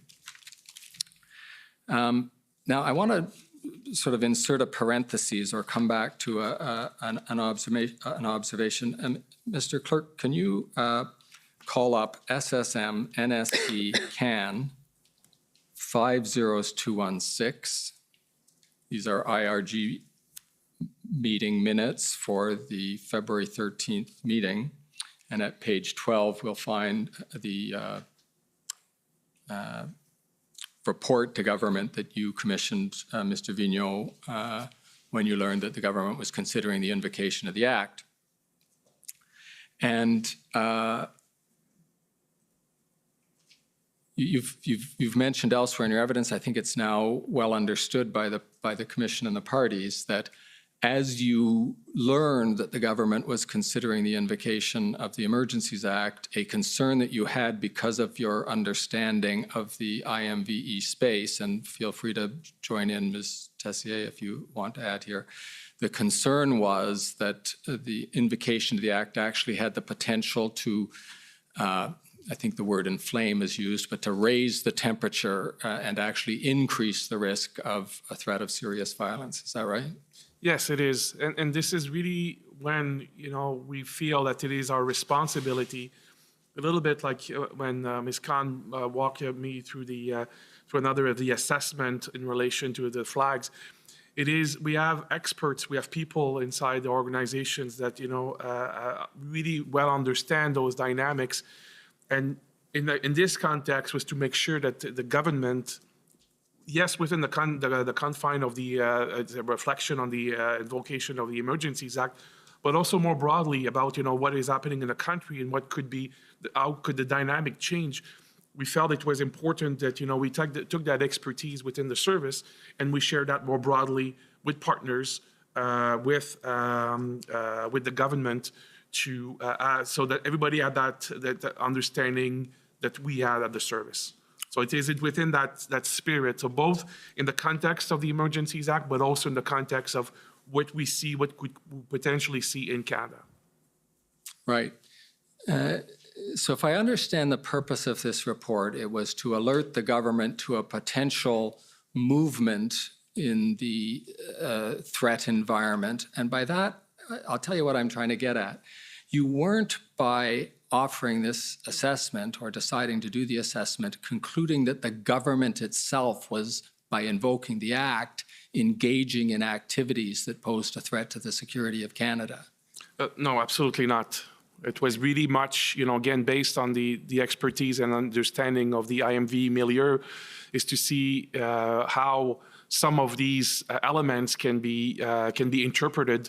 And Ms. Conner asked us earlier about disinformation, misinformation, and that would be a good example of how some objective decision could be misconstrued deliberately or not, and what is the impact on potential threat activity in Canada. So that really was the spirit in which we produced that document. Right, and this document, perhaps also in the spirit of things we see in your annual reports or some of your reports to Parliament, CSIS sometimes prepares reports to government related to threats to the security of Canada that aren't actually premised on the commencement of an investigation based on reasonable grounds that the activity poses a threat, but it's simply advice to the government, a report to the government on threat-related issues, correct? Yes, it essentially is to use the expertise, the knowledge, and to try to bring a level of understanding or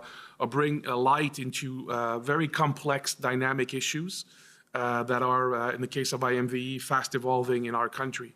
So we try to bring that level of understanding, yes. Okay, and if we can go back then, Mr. Clerk, to the public summary, that's WTS 6079, and just wrap up the chronology and indeed this examination by going to page 7 of that summary.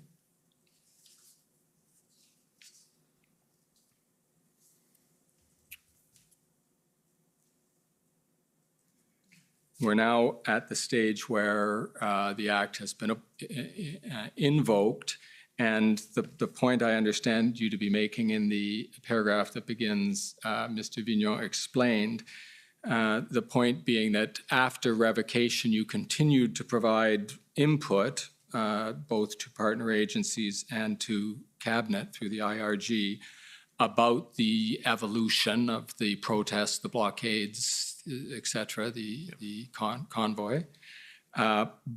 So you're continuing to give input proactively, but you weren't actually asked the question, should we revoke the Act? No, we were not. Thank you.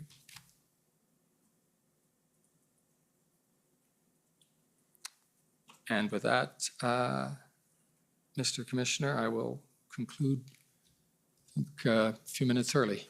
Okay. Well, that's great. A little shorter is appreciated. So I think we'll take the morning break and come back in 15 minutes to start with the various cross-examinations. The commission is in recess for 15 minutes. La commission est levée pour 15 minutes.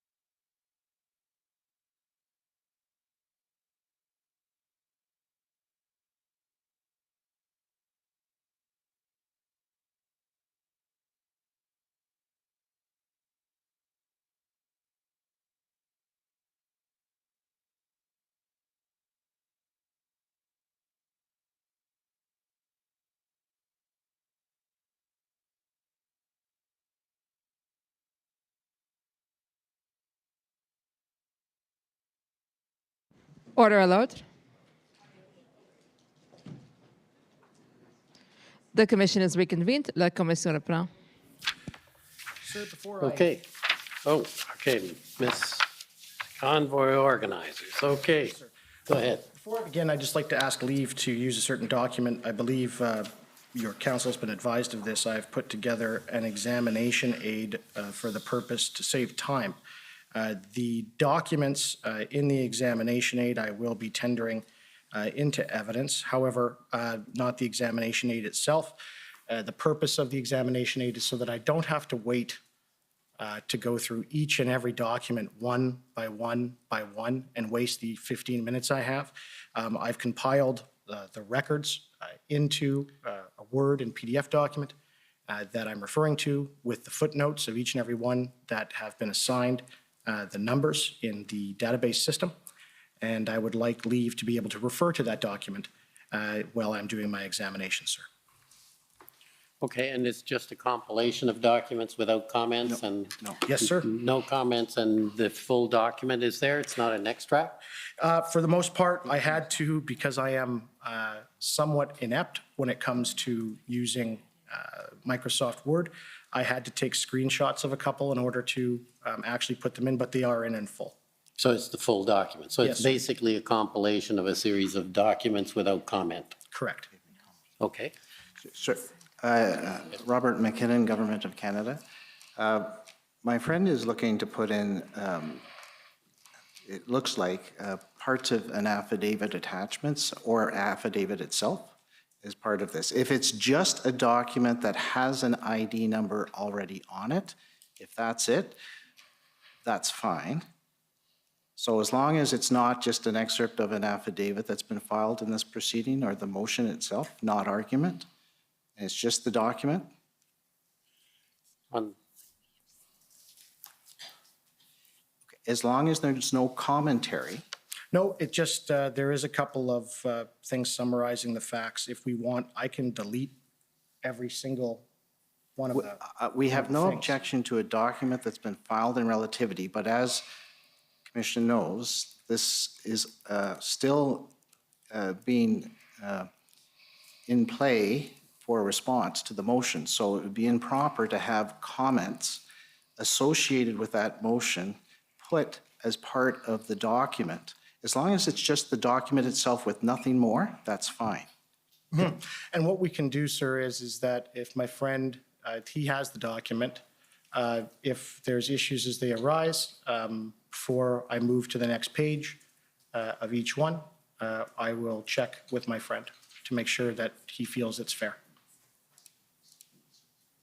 So, but, okay, and you don't, I'm a bit confused. I thought you said there were no comments, it was There's just no- documents. It was documents, but I state the fact in the document before putting, it's not anything other than the fact. But as I said, I can delete that if the court would like. And if you give me 5 minutes before I start, I'll delete all of that and just send the documents with the date, if that works for the court or for the commission. So, Mr. Commissioner, I'm just reviewing the document, and without avoiding any debates about what commentary is, there are statements before some of the documents that aren't necessarily reflective of the documents. For instance, this is the first time this photograph appeared. So again, not getting into what commentary is, Commission Counsel does have concern about that sort of statement being put in this format. I think Commission Counsel's view is the documents themselves, if they can be organized in a fashion where it's just reflecting what's in the document, that's fine. I can do that, sir. If I can have simply 2 minutes, I think, I can do that and send it around to everybody, and it'll just have the date at the top. Okay, well, I think that's preferable, and as I understand it, there's no objection if that's what's done, because, yeah, obviously, if it speeds up things, we're very much into that. Yes. So what I'd suggest is, why don't you stand down, and we'll go to the next cross-examiner, the OPP, and we can, assuming you've put it together, let me know, and we can reschedule you.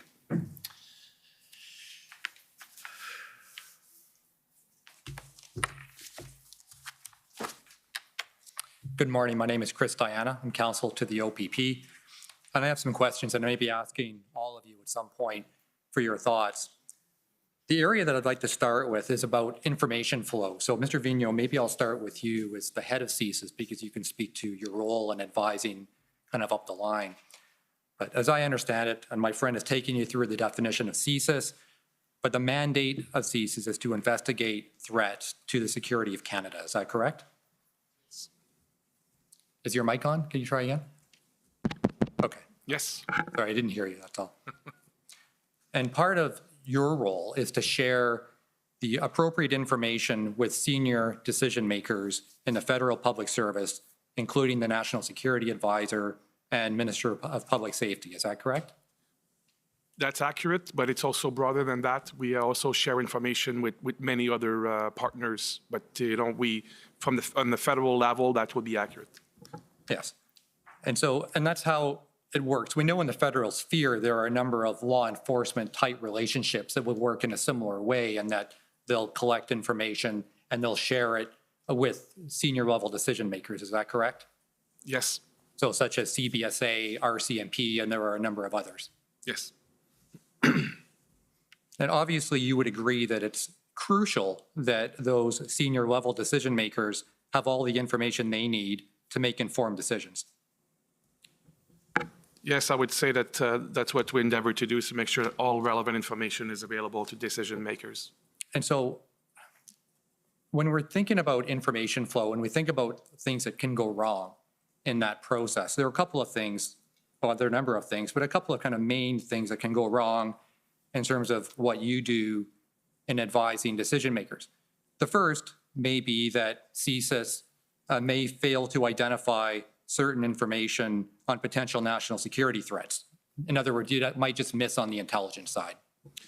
Yes, I believe I testified earlier to say that we, what we advise on is what we're aware of, and we endeavor to make sure that we are fulfilling our investigations to the extreme degrees, but we will never have the hubris to say that we know everything. Right. And of course, if you don't know, you can't advise, right?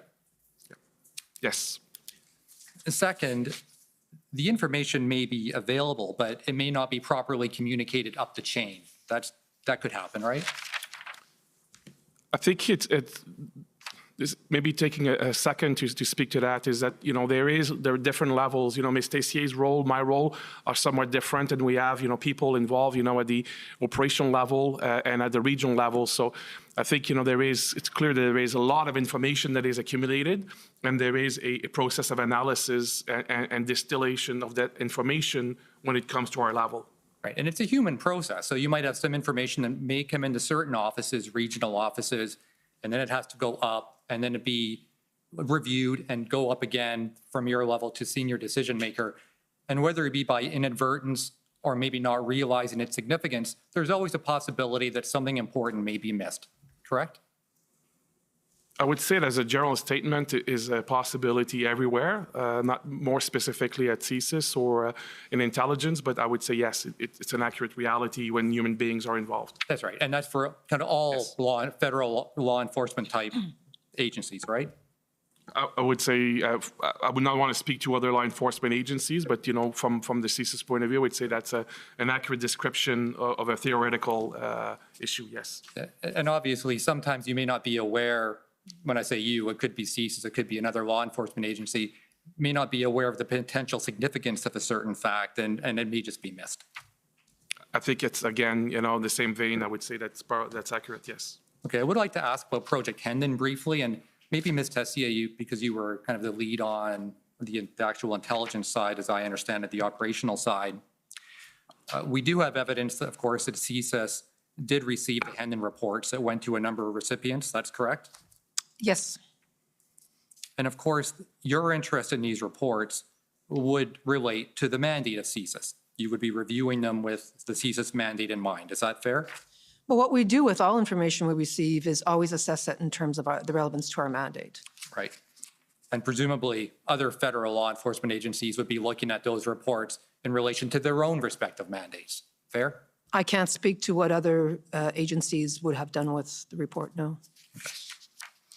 And I believe in the witness summary, it was stated that it was unknown if the information in the Hendon reports was actually used in reporting. Can you confirm whether that information was used? Yes, I think the witness, the interview process, I think that's an accurate statement, but I think in summary of the information that was provided later on, we confirmed that indeed CSIS was receiving Hendon reports. It's just that Ms. Tessier and I had never heard that nomenclature, but it was shared with, I know for a fact, with our regional people in Toronto, in our regional office in Toronto. Right. And important information would have been communicated by those regional people up to your level, correct? Yes. Okay. Now, according to OPP Superintendent Pat Morris, and I don't know if you heard his evidence some time ago, but he testified that the OPP works very closely with CSIS. Is that fair? Absolutely. In particular, I think the Provincial Anti-Terrorism Section works closely with CSIS. Yes, it does. And OPP is also embedded with INSET, the Integrated National Security Enforcement Team. Yes, And you would agree the OPP is a valuable law enforcement partner. absolutely. And that while Project Hendon and the reports were a new product, but they still provided a valuable source of information, correct? I would imagine so. I've not seen the reports directly myself. I also want to ask about the concept of information silos, which is always, I think, somewhat of a challenge in the intelligence field. It's an obvious proposition, of course, that different federal agencies have different mandates. We've looked at that before. One of the concerns, potentially, in the federal sphere is that one agency may not know or have access to information from another agency. Is that fair? It's fair, but I would, for the commission's sake, I would say that collectively, individually, as organizations, we have learned a lot of lessons over the years, and to make sure that we move away from the risk of information being siloed. As was introduced in evidence today, CSIS and other organizations were part of groups like ADM and SOPS, the Combined Intelligence Group, Intersect, INSET, as you mentioned. So these are processes put in place to ensure that we reduce the risk to the maximum possible that will be information siloed. And so efforts have been made to get around the silo issue. And you would agree that one of the best ways to get around is to ensure a broad distribution of intelligence. Fair? I would say that to a broad dissemination of the information to people who need to know, because when you have, and the complex context and the concept of need to know is important, but it's in a case like this, and I think, as we've seen and we may speak to that later, CSIS took a very open approach to share a lot of our information with the maximum people possible. So those who need to know specific details, we endeavor to share those details with them. And but the same thing with criminal investigations and national security investigations. You just need to make sure to maintain the integrity of those investigations. That you sometimes will you'll take the two concept of sharing as much information possible. While making sure that those who need to know have the same information. And that's what our experts are doing on a day-to-day basis, on an ongoing basis. Because we don't want the third-party rule to kind of get in the way of broad information sharing, correct?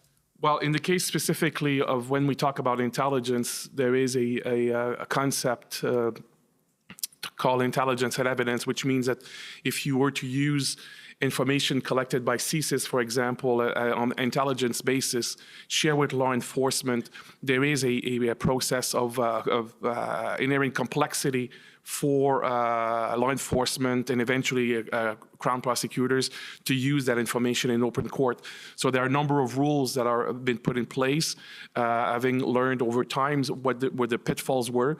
And Ms. Tessier referred to earlier as the One Vision process, which is an elaborate process that has been put in place with between the RCMP and CSIS to make sure that we are sharing all of the information, relevant in the right way to enable law enforcement. If I could address third-party rule. Yes. The service respects third-party rule, and the procedure is to request of that third party any sharing that we think would be useful. So we don't just share third-party information, we always ask for permission to do so.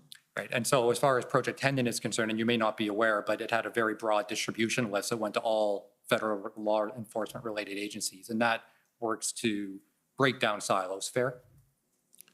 I don't have personal knowledge of that, so can't speak to that. All right, and final topic is on social media. We've heard a lot in this inquiry about social media. Anyone can go on, fire up the Twitter machine, and you can find lots of vile content and threats and things of that nature on social media, fair? Yes. And I believe it was mentioned in your witness summary that it's very difficult to assess the intent and impact of violent online rhetoric. That's fair? That's fair. You would agree that useful intelligence requires a lot more than simply scrolling through Twitter, right? Yes, it's much more complex than that. And Ms. Chair, you spoke about this in your evidence not that long ago, that it really requires a trained analyst to review what's there on social media and pass it through an appropriate intelligent lens, tradecraft, as you put it, before you can have a useful product. Is that fair? Yes, when it falls within our mandate to look at a specific threat on social media, our analysts who are especially trained will take a look with that tradecraft in mind. Yes. Right, and that is in fact what OPP did with Project Hendon, correct? They took information and they passed it through their lens and then produced it out to its partner agencies.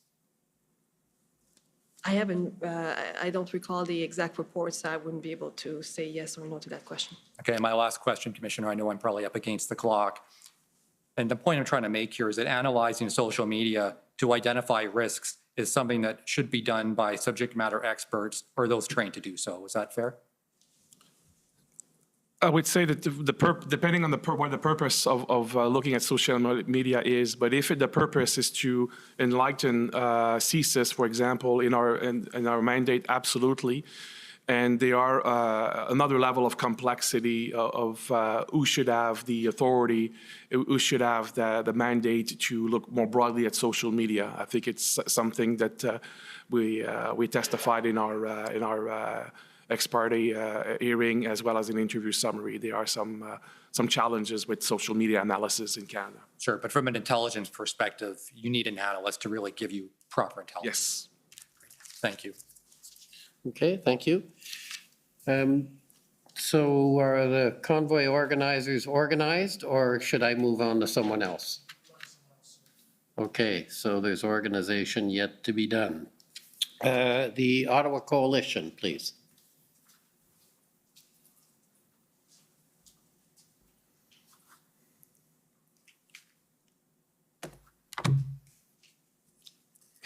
Thank you, Mr. Commissioner. For the record, Paul Champ, Counsel for the Ottawa Coalition of Residents and Businesses.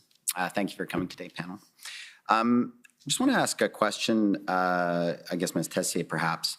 There's a statement in one of the documents, and you've testified that the convoy protest at no time posed a threat to Canada's national security. But at the same time, isn't it true CSIS advised Cabinet that invoking the Emergencies Act itself could further inflame extreme anti-government rhetoric? Is that not the case? I'm not sure which document you're referring to in the first statement that CSIS said at no time did the protest. Is there a document I could look at? I apologize. Maybe it was Mr. Vigneault, the director. That was the advice you provided to Cabinet, was it not, sir? Yeah, I believe that the statement I made was related to that the analysis continued to be that there was no threat to the security of Canada. That's the concept that we'll be normally using in our vernacular. Yeah, by security of Canada, we're talking about 2C, violence associated with ideologically motivated objectives, right? Yes, very much within the confine of the CSIS Act. But Mr. Vigneault, if there was a concern that, and it was also your advice that invoking the Emergencies Act could further inflame that kind of rhetoric, correct? It was our advice, our assessment, I would say more than our advice, our assessment was that given everything that we know about the dynamic nature of IMV milieu, that yes, some individuals might, seize on such a government measure to further inflame the rhetoric and potentially, push them to act violently. yes. So there was a concern. That's what I was kind of getting at, is that if the situation or some of the rhetoric was so volatile and extreme that invoking the Emergencies Act could lead to some kind of violent reaction, was that not a concern? It's absolute concern, and if I may add, Mr. Champ, I would say that the fact that from early in January to throughout the period in question, we mobilized, our headquarters and our regional offices because we were concerned about the situation. Absolutely. So I think there are different aspects of how we are segmenting this information that I think it's important here. Yes. And so here's a question from Ms. Tessier. I want to understand, there were some subjects of investigation present at the convoy protest, correct? That's correct, yes. So just so we're clear here, these were individuals for which CSIS had obtained targeting authority? Yes, And you had obtained, or CSIS had obtained those targeting authorities prior to the protest. So there were individuals who were of concern prior to the Freedom Convoy protest. yes, that's correct. And so that means that CSIS had reasonable grounds to suspect that these individuals could engage in threat-related activity. That's correct. And we also know that there were many violent threats against public officials in Ottawa. CSIS was aware of that? Yes, Not only federal officials, but also municipal officials? I don't recall who exactly, but I do know overall there were threats, and there continue to be increasing threats, as I mentioned earlier today, against elected officials. Right. The mayor testified that there was an individual coming from New Brunswick who was arrested who had apparently firearms in his truck. We also heard evidence from a city councillor, Mathieu Fleury, who had to leave with his family from his home because people were coming to his house. Was CSIS following those kinds of threats against municipal officials? As I mentioned earlier, we maintained, our focus was on our subjects of investigation, of course, but naturally, we worked very closely with our law enforcement partners, shared information, and continued to assess the situation as it related to our mandate. And as I described earlier in terms of how we assess the situation in order to open investigation.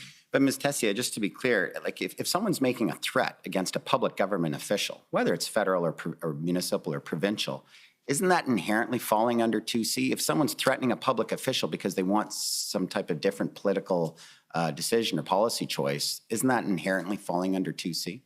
As I mentioned earlier today, we've developed criteria in order to invoke 2C under the IMVE threat, because there are criminal investigations that take place, there are public order incidents that take place that are not CSIS's mandate to investigate. If I may add, Mr. Commissioner, I would just say that, as was described by Ms. Stacey and myself earlier, we're participating in all of these different groups, including Intersect and the Combined Intelligence Group, where we would be sharing information ourselves, our information, but also receiving information from other law enforcement.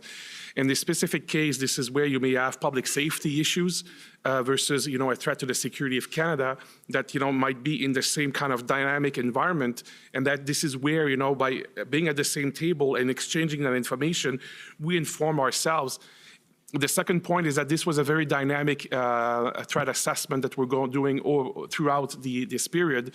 So by all means, if we had seen specific information about individuals wanting to engage in a way, often that flash will be more of a police investigation because of the specific threat that will be criminal nature, as opposed to an individual that might want to engage in a terrorist activity.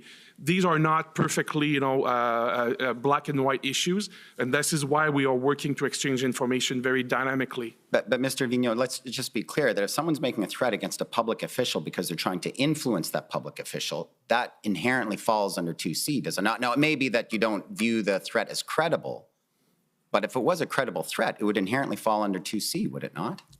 I think that if you, that's why we've took a lot of pain to inside the service and working with partners to better understand how the IMV phenomenon was interacting with the CSIS Act.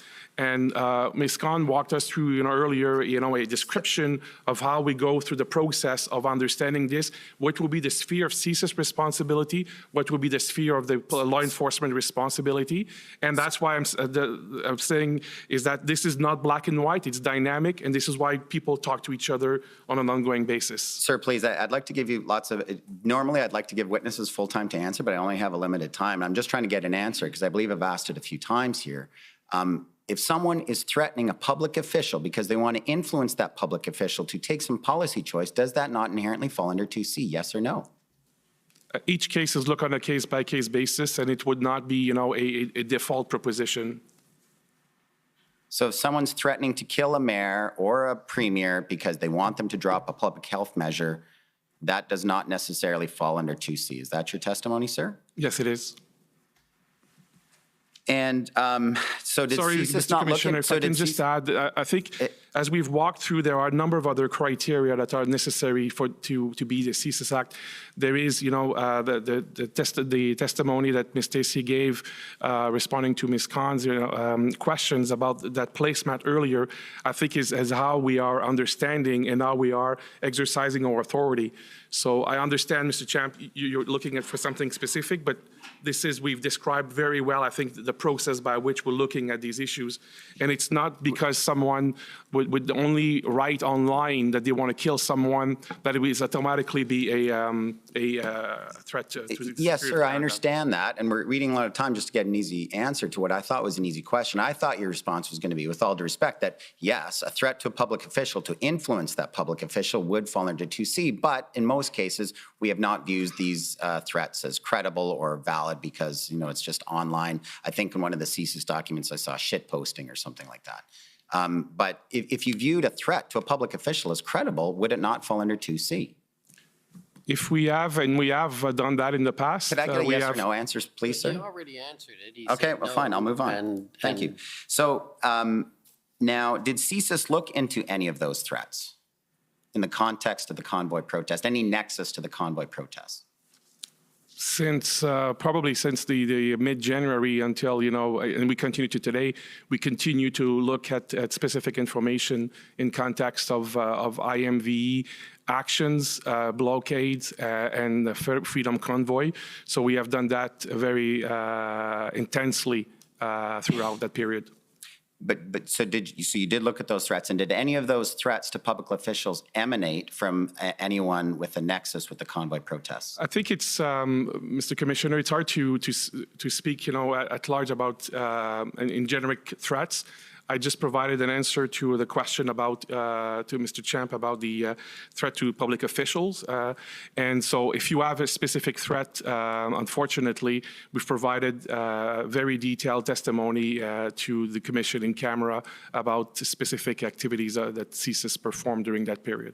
So is your answer to me then that you may or may not have investigated those threats to public officials with individuals, with threats emanating from individuals with a nexus to the convoy protest, but you can't tell us because of Section 38? No, what I'm saying, Mr. Champ, is that we have, we've described how we have, how we are assessing the information that comes to us in the context of IMVE. We've walked through the 2C analysis earlier, and that is that analysis, that expertise, combined with new information that will come to the attention of CSIS in whatever form, exchange of information. That's essentially what we would be doing on an ongoing basis. So I cannot be more specific than that. So I'm done with my time, sir, but I just want to make sure I understand, because I apologize. I've heard your answer a couple of times, and perhaps I'm missing it. Is that, yes, CSIS did look into those individuals, or you cannot tell us? I did not say that, Mr. Champ. What I'm saying is that we have been looking at information that came to our attention through different venues, different platforms throughout the investigation, and that includes the information, the like you mentioned, but I cannot be more specific than that. So that's yes? No, I will stand by the answer I just provided, Mr. Champ.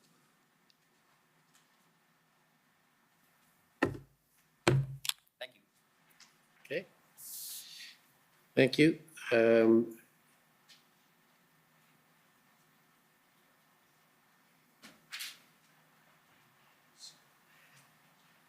More complicated than you thought? As always, sir, but almost done. Okay, well, let's go to the Democracy Fund, JCCF.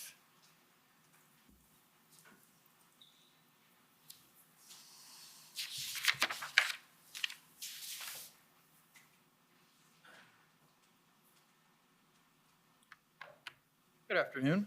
I'm Hatem Kir, Counsel for the Justice Center for Constitutional Freedoms.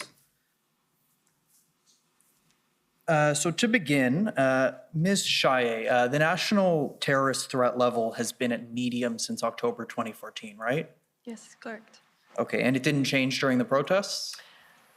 You know, the threat level has 5 different levels, and they're fairly broad bands, and so the threat level fluctuates within the medium band, so it fluctuated during the convoy. But it never left medium? No. Okay, thank you. Mr. Vigneault, the CSIS Act is the home statute of your organization, so is it fair to say that CSIS has expertise in applying the statute? Yes, I would say that. Okay, and so Section 12 requires that CSIS investigate wherever there are reasonable grounds to suspect there's a threat to the security of Canada as defined in Section 2, right? Yes. Okay, and so that just it doesn't require certainty, it doesn't require reasonable grounds to believe, it's just reasonable suspicion, right? To initiate investigations, yes. Yeah, okay. And that's an assessment that CSIS does day in and day out? Yes. Okay. Now, as someone whose father was monitored by your organization for over 10 years until it was determined an investigation wasn't actually necessary, my personal experience is that it seems that your organization is very thorough. Is that a fair assessment that CSIS is rigorous in executing its duties? I'm not sure the context of your the premise of your question, but I would say that we try to be thorough in what we do. Yes. Right, because I mean, a big reason that your agency's members have to be thorough is that if CSIS incorrectly determines something is not a threat and then chooses not to investigate, that could lead to harms down the road, right? I would say that investigating threats to the security of Canada is a very complex issue. Missing, signs, missing information, and having incorrect assessment is indeed something that we are very careful about. And as a learning organization, we try to make sure that we learn from the past and that we are trying to come with the best possible assessment on an ongoing basis. Right. So you said something earlier, and I was just trying to write it down as you said it, but something to the effect that CSIS mobilized whatever resources it could in order to try and understand the Freedom Convoy protest. Is that right? Something similar to that. Yeah, I would say it's accurate, yes. Okay. So you've talked a bit about the potential for a lone wolf threat. Now, am I correct in thinking that that's not based off of particular intelligence? It's more of a conclusion from general principles about this kind of an event? This is based on expert analysis by CSIS, by ITAC, and other organizations that to understand the dynamic environment in where violent rhetoric can push individuals to act. And unfortunately, we've seen a number of people who were not on the radar of anyone who were consuming this type of information and indeed, a committed act of terrorism or extreme violence. So we are, unfortunately, it is a very complex dynamic environment, and we have to be careful about people who would be very quickly move from just being a recipient and consumer of information to someone who would radicalize to violence. Okay, so you were just asked questions about the potential that people were present at the protests that CSIS was already monitoring, but basically your organization was keeping tabs on them, right? So, as we've said in our public testimony, we were aware of, we already had subject of investigations who we assessed were interested in the protest. We use different techniques to assure ourselves of their activities. And we also continue to look for other individuals that might be recruited or might be approached or might want to radicalize throughout the events in question, obviously respecting the mandate of CSIS. Okay, now, but just to go back to the general point, the idea is that this is a large gathering. It could be used as an opportunity by someone to commit, to engage in some sort of a threat. But that kind of threat is present at other big events like a G7 protest, right? Actually, unfortunately, with the dynamic of what we see IMVE, the threat is persistent. This is why the national terrorism threat level is set at medium. That means that, today here in Canada, there are individuals with the capability and intention to engage in an act of terrorism. And so I would say, yes, those larger events, but also more broadly, it is a dynamic that exists throughout our society, irrespective of those large events as well. And what I would add to that is, as I testified earlier today, part of the ideology in IMVE is anti-authority. So they exploit that type of feeling amongst people for their own, to try to recruit people to a more extremist ideology, their own more extreme ideology.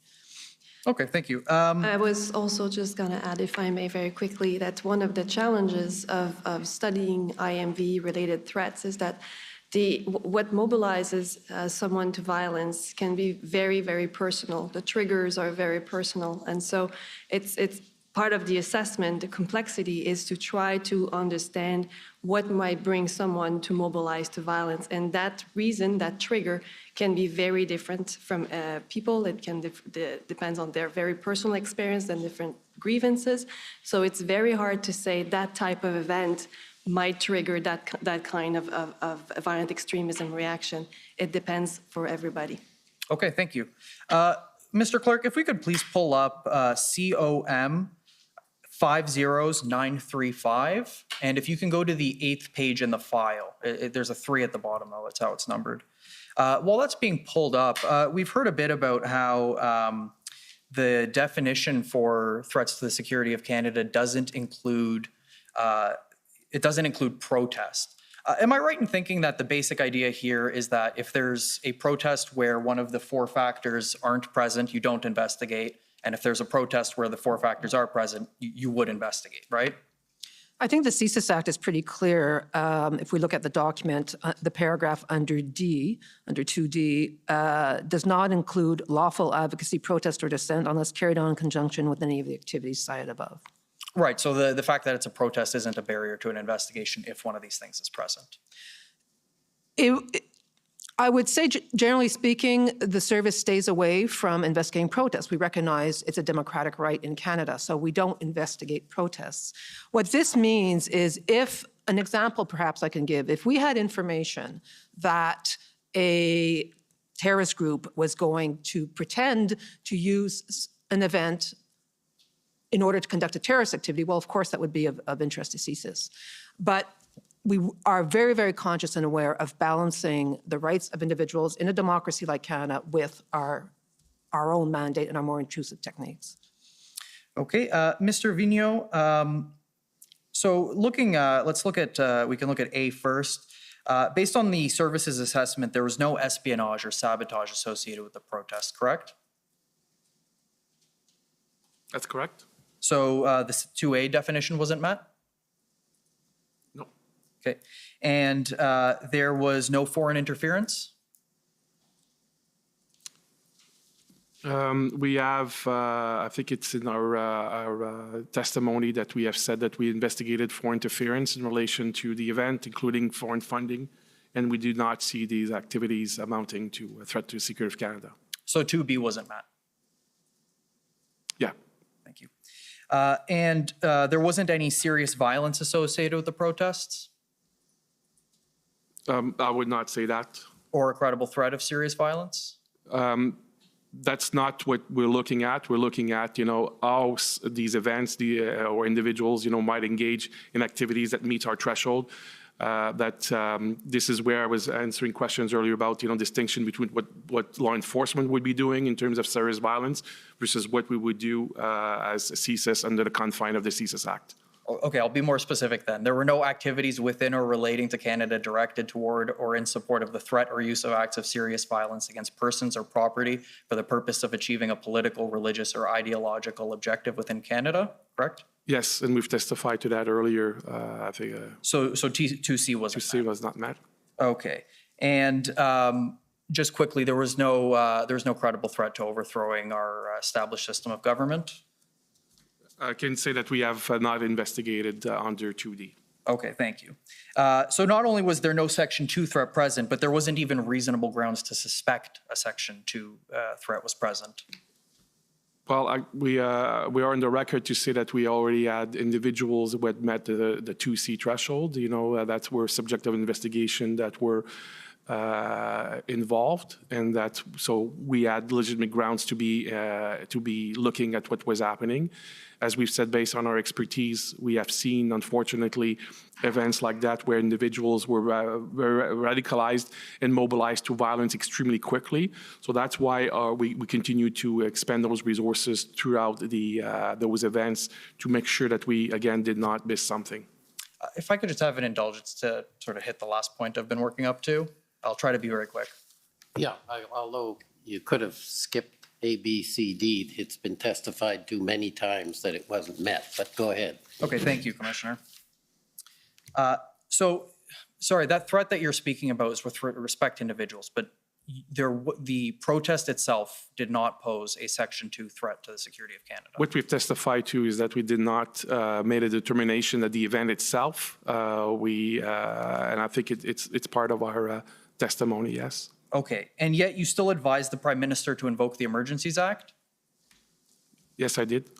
And you did that not because you thought that there was the protest posed a threat to the security of Canada as defined in Section 2 of the CSIS Act, but because you were reassured that threat to the security of Canada had a different meaning in the context of the Emergencies Act. I think my testimony was in part that, but it was also based on all of the other information that I became aware of during all of the interdepartmental meetings and cabinet meetings I participated in.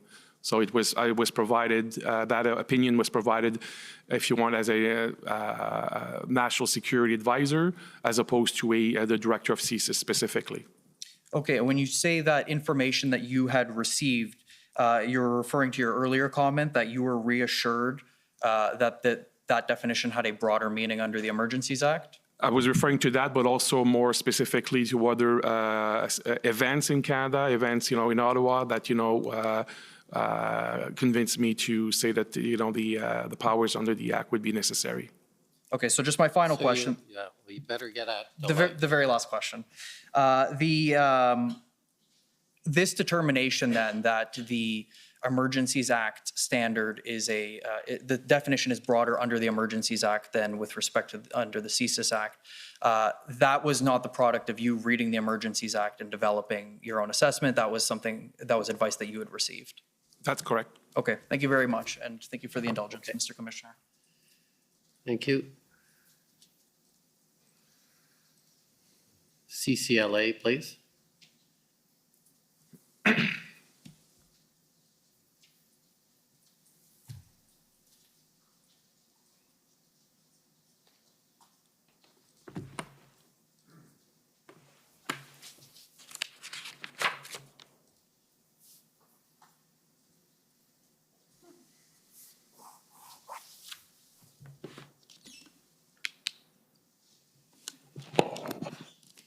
Good morning.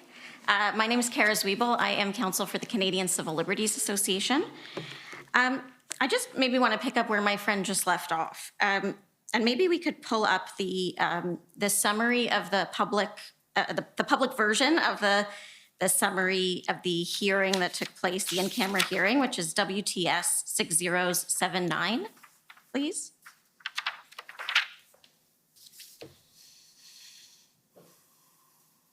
And I think it's page 8 that we want to go to. Thank you, Mr. Clerk. And if you can just scroll down to the bottom. So this statement, Mr. Vigneault, and I'm going to direct my questions to you, but if your colleagues have things they'd like to add, please do.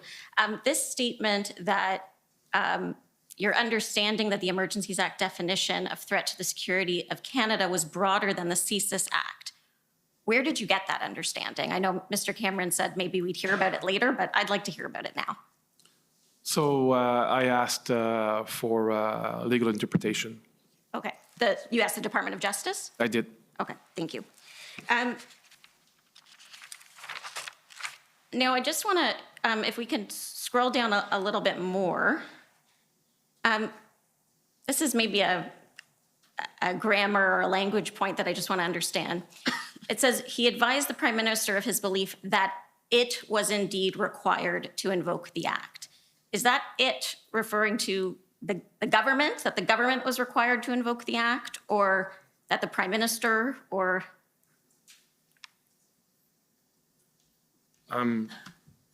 I'm not sure. Okay, but your view was that Yeah, I think that- based on this broader understanding of threats to the security of Canada, the act should be invoked. Yes. Okay, so I just want to go through, and Mr. Cameron went through some of the timeline here. You had an interview with Commission Counsel on, I believe it was August 29th. And in that interview, you noted that you had only learned that the Emergencies Act referred to the CSIS definition of threats to the security of Canada when the government started to explore the possibility of invoking the act. Is that right? Yes, that's accurate. Okay. And then Commission Counsel prepared a summary of that meeting, that interview with you and your colleagues. We've seen that, and that was produced earlier. And then you had this in-camera proceeding that took place. And I understand that again, you confirmed that it was CSIS's view that the definition of threats to security of Canada in the CSIS Act was not met during the convoy? Yes. Okay. And then under examination from the Government of Canada, this information that you advised the Prime Minister of your view that the act should be invoked was disclosed for the first time. Is that right? Yes, I believe it is, yeah. So you said in your initial witness statement that you felt it was important to communicate at the IRG and to Cabinet that under CSIS's analysis, there wasn't a Section 2 threat. What I wanted to be very clear, Mr. Commissioner, is that because it was very dynamic environment, very, a lot of moving parts, as we say. And I wanted people to be clear about how CSIS, we were analyzing the situation. And so people were talking about using different words in the media, everywhere. And we just wanted to bring a level of clarity. So that's why we said our assessment was very dynamic, and we continued to assess. But throughout that period, we wanted to make sure that people did not misinterpret based on everything that was being mentioned, that CSIS, we saw a threat to national security based on our act. So that was the purpose of us being very deliberate about that approach. Okay, I guess, I mean, you understand that one of the purposes of this commission is to assess whether the act was properly invoked. Sorry, can you just answer audibly? Yes. Thank you. And I guess I'm wondering why you didn't think it was relevant when you met with Commission Counsel in August to note that you had in fact advised the Prime Minister that you believed the act should be invoked. I think there probably two reasons, I would say. One is that very simply the question was not asked, and so just when you go through the dynamic process of the interview, so it was not specifically asked. But there was also at that point a lack of clarity in my head about what was still a cabinet confidence and what would be what I was able to say as a participant in cabinet meetings. So that was further clarified throughout that period, and that's why I think. Again, Mrs. Wiebel, you mentioned, the nature of this commission. As a senior official in government, we're never allowed to speak about cabinet confidences. We're never allowed, in the case of CSIS, to produce, a number of the information that has been, put in front of in public for Commissioner for Canadians to see. Normally, that will not be public. So just needed to ascertain, what were the limits of what we're able to do. And when it was clarified with me that indeed I was able to speak to that, I did. Okay, but when you met with Commission Counsel in August, you felt that you didn't feel that cabinet confidence prevented you from advising that you had advised cabinet and the IRG that you did not believe there was a threat within the meaning of the CSIS Act. That had been clarified with me, yes. Okay. Because I would put to you that those two pieces of information are really two sides of the same coin, that if one is not subject to cabinet confidentiality, the other one also would not be. I understand that analysis, but I would say that just back to what I said, we never discuss cabinet confidences, and the information, the way that the information was communicated to witnesses in terms of what would be possible to disclose and not in terms of cabinet confidences just became clearer with the passage of time, between August and our ex parte interview. Okay, thank you. I don't know if you had an opportunity to review the testimony given by Ms. Thomas, the National Security and Intelligence Advisor.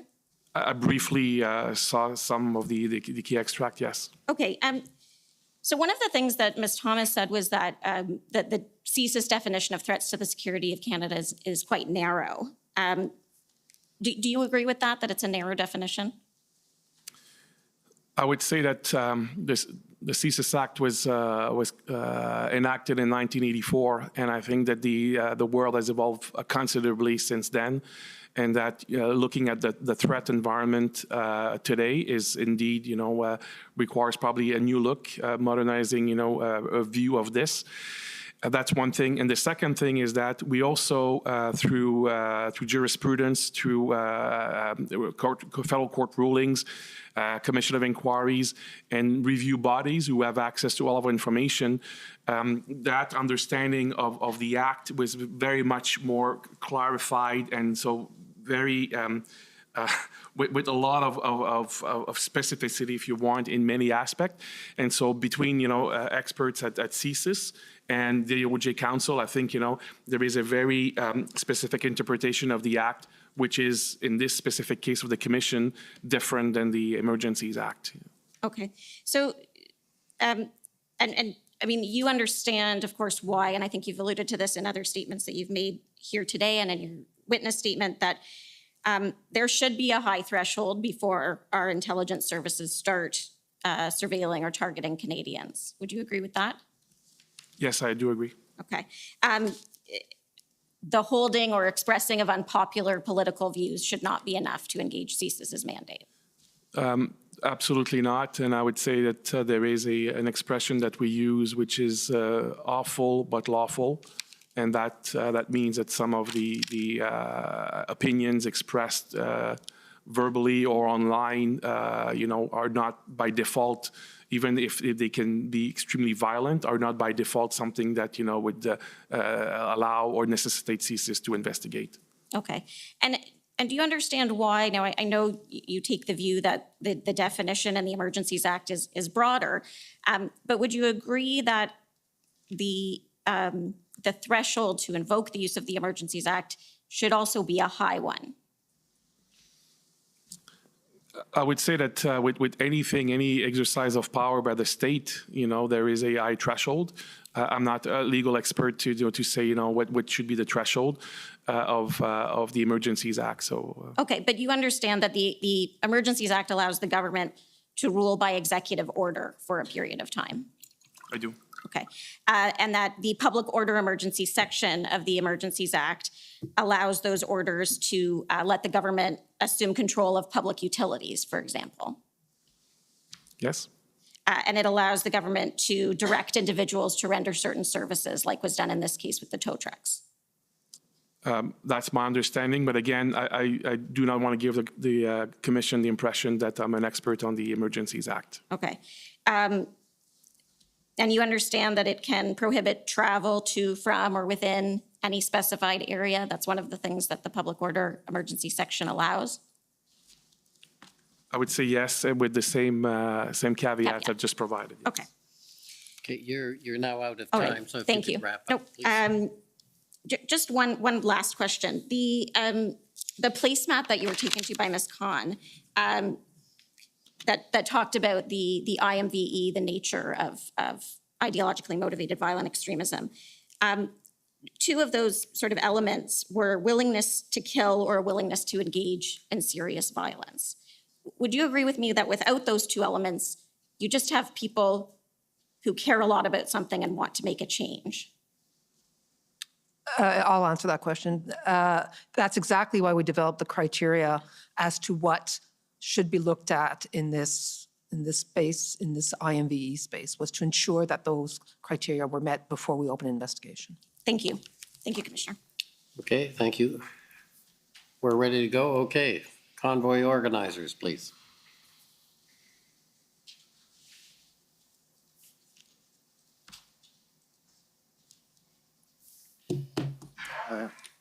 Robert McKinnon, Government of Canada. We've just received what I think my friend is going to put up on the screen, and it is not what had been agreed to. It has commentary, it has statements along with the document, if that's what is going to be put up. At least it was just sent around by the Freedom Corp just a few minutes ago.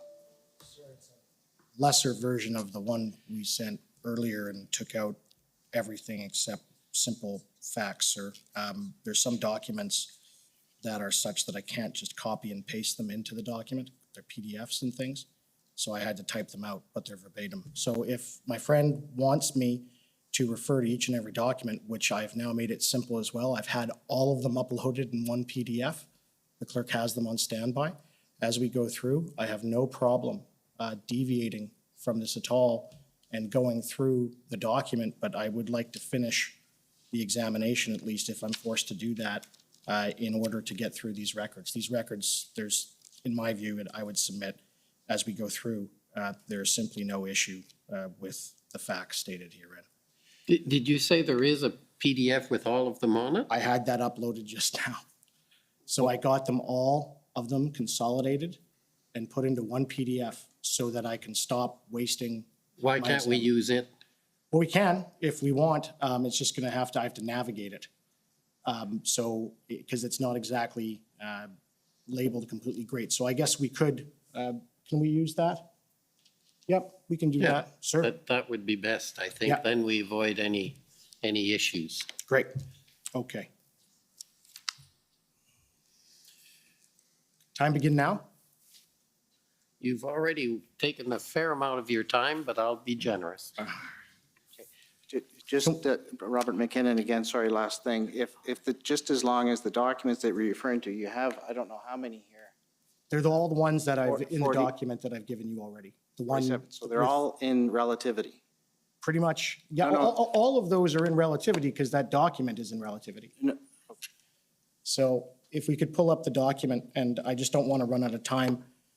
Okay, so let's see how it goes, and I'll try and keep an eye out for you, Mr. McKinnon, if there's an issue. Okay, so if I can first, Director, does CSIS have a concern with the current elected executive leaking information and CSIS information to the media? Do they have a current concern about that? Do you have something specific you No, I want just to want refer to, to? not specific, but does CSIS have a concern generally about the current political executive leaking information from CSIS to the media? We always have concern when we see information that is, unauthorizedly, made public. I don't know where the source of those unauthorized disclosures are, so I do not have a specific view on your premise. I'm concerned when I see unauthorized disclosure point. Right. So, but I take it the unauthorized disclosure, it's highly unlikely it's actually coming from your agency. It's not coming from them directly, is it? I'd like to think that, we have an organization that, has a very high standard for that, but, I would not want to speculate as to the source of potential unauthorized disclosures. Okay. If we could go to the January 24th tweet of Mr. McGregor. Or sorry, the January 25th one of Alethea Raj. Tweet 14, number 14.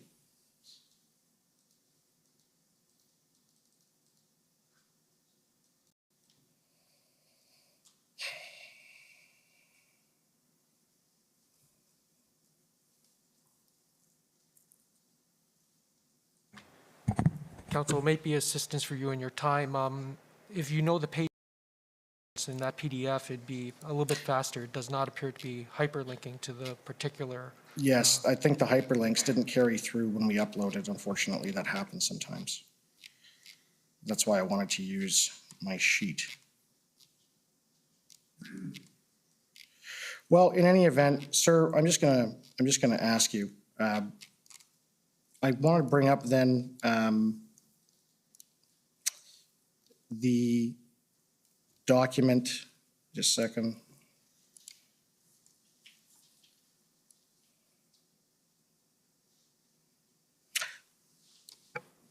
I'll just bring it up on the normal document relativity, and I'm gonna have to ask for more time. I tried to get this dealt with, and if I was permitted to use the examination sheet that my friend's trying to stop me from, I wouldn't be in this position. Well, Mr. Commissioner, I do have this is Bathsheba Vandenberg, counsel for Freedom Corps. I do have a number that I can give to the clerk if I may. Okay, go ahead. Anything to speed it up. The code for the Raj tweet is HRF 401621. Thank you.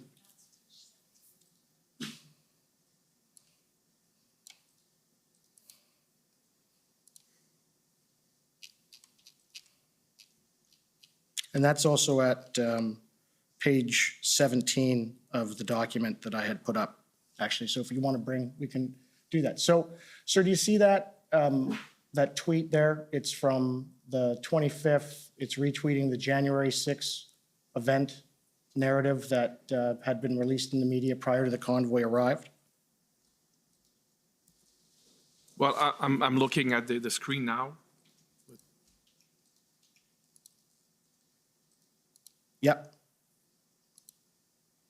Okay. Did you know that that tweet is what resulted in the political executive essentially becoming concerned with the convoy and having internal discussions about the narrative they were going to build? Were you aware of that? I'm not sure I understand your question. I'm sorry, counsel. Okay. So I'm going to take you to, and sir, I have them consolidated. They're the text messages between Mary Liz Power and as well as Alexander Cohen. They're verbatim in my examination aid. There's nothing added. If I could bring up the examination aid, please, again, and I can use that. We can just scroll to where it starts with Mary Liz Power.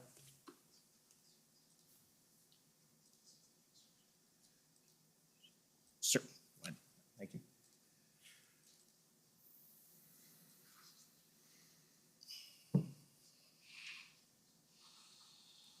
Does council have any objection to the use of the examination or?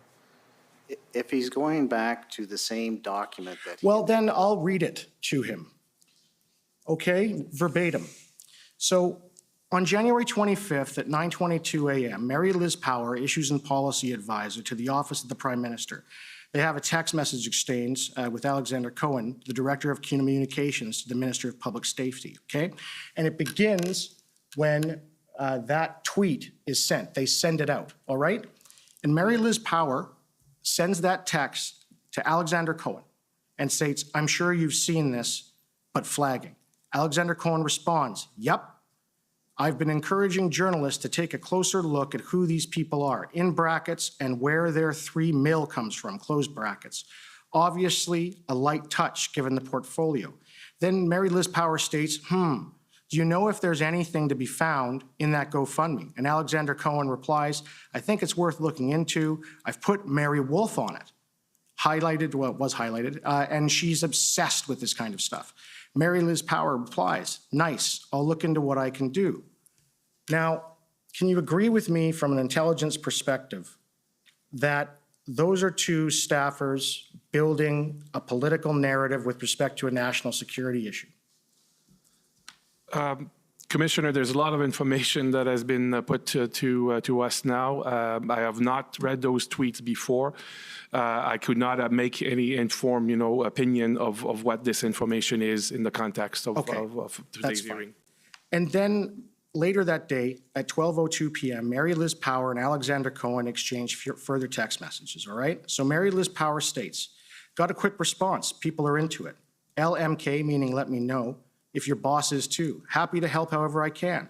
This is what I sent, though, by the way. And this is whoever she sent it to with respect to the narrative. Hi, I just had a chat with Alex at PS, who had a bit of an interesting idea.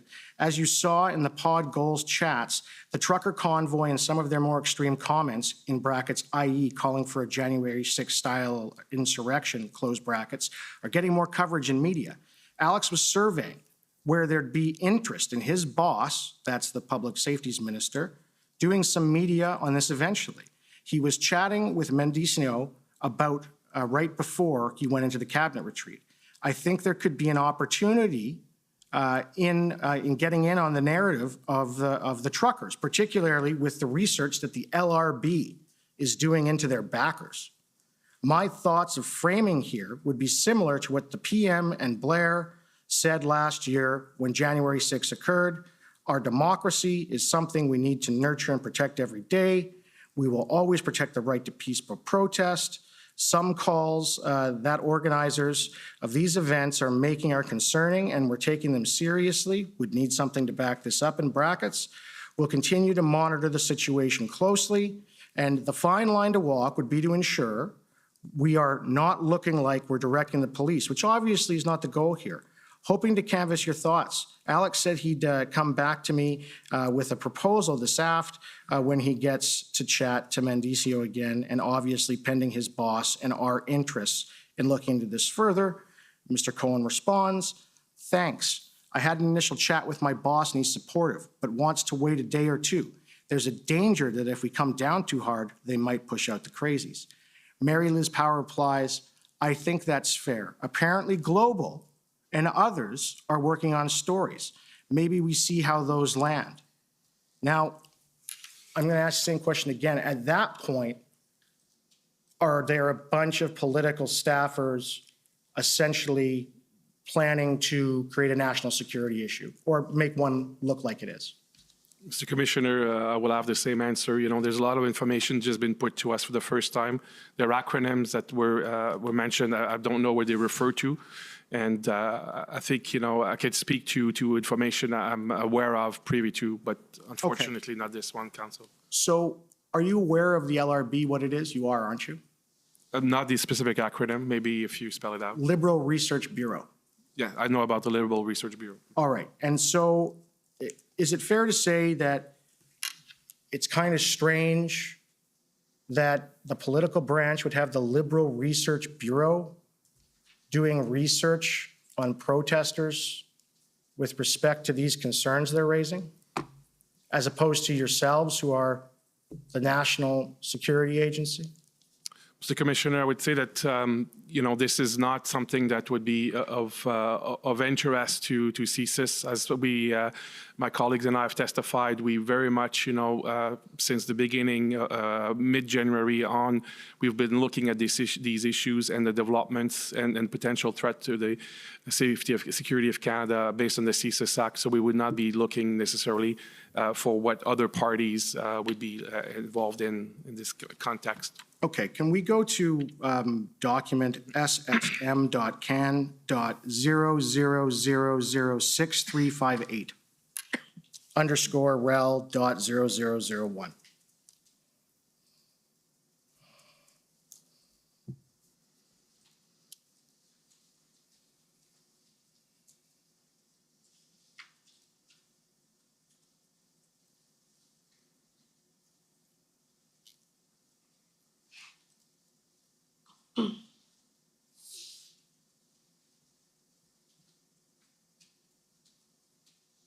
Okay, we can scroll to the bottom to the first email, please.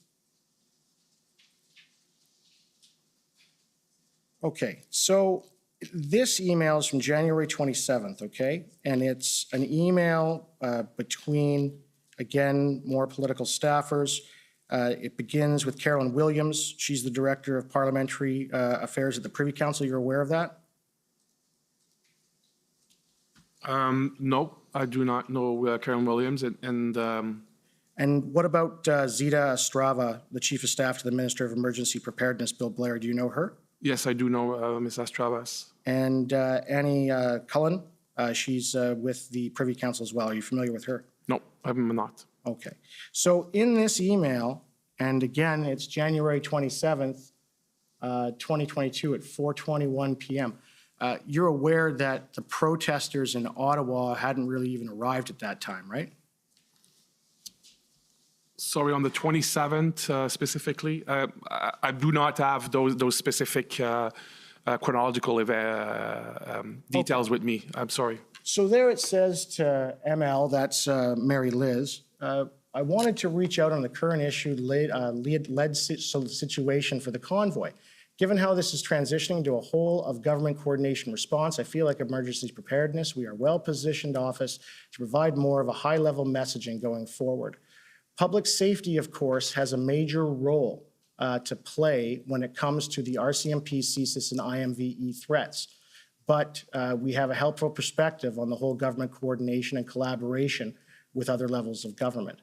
These are the lines we worked up earlier today. Any thoughts on if this is a helpful approach? Convoy, emergency preparedness. And it says, our government recognizes and respects that everyone in Canada has the right to safe and peaceful protest. Threatening acts of violence and inciting hatred, as we have seen from a select few in recent days, is unacceptable and does not reflect the views of the majority of Canadians. We condemn all such hateful and violent rhetoric in the strongest terms. As is common with any significant gathering with potential impacts of government operations, such as the annual Canada Day celebration, law enforcement and security agencies across all levels of government are engaged in coordinating to ensure a safe event. Now, do you recognize the phrases and the sentences in the first three bullet points? Have you heard them somewhere before?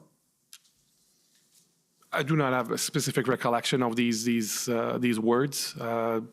Do you recall the Prime Minister's speech on January 31st? Do you recall him when he was in isolation? He came out and gave a speech on January 31st about the protest. Do you remember that? I do not remember the specific date. I remember having the Prime Minister speaking, to this effect when he was indeed in isolation. That's what he said. Okay. So he said, can you agree with me that writing out a narrative like this prior to the protest even arriving, and then on the January 31st, despite the fact, and this is in evidence, there had been no real actual violence in Ottawa, he says these things. Do you find that concerning? From what point of view? As an intelligence officer, as an intelligence agency, that there's a narrative being built for an emergency before the purported thing creating the emergency has even taken place. Mr. Commissioner, what I can say is that as we've testified, the interdepartmental community got together to understand what was happening, share information, make sure that each of the organization would be able to discharge their mandate appropriately.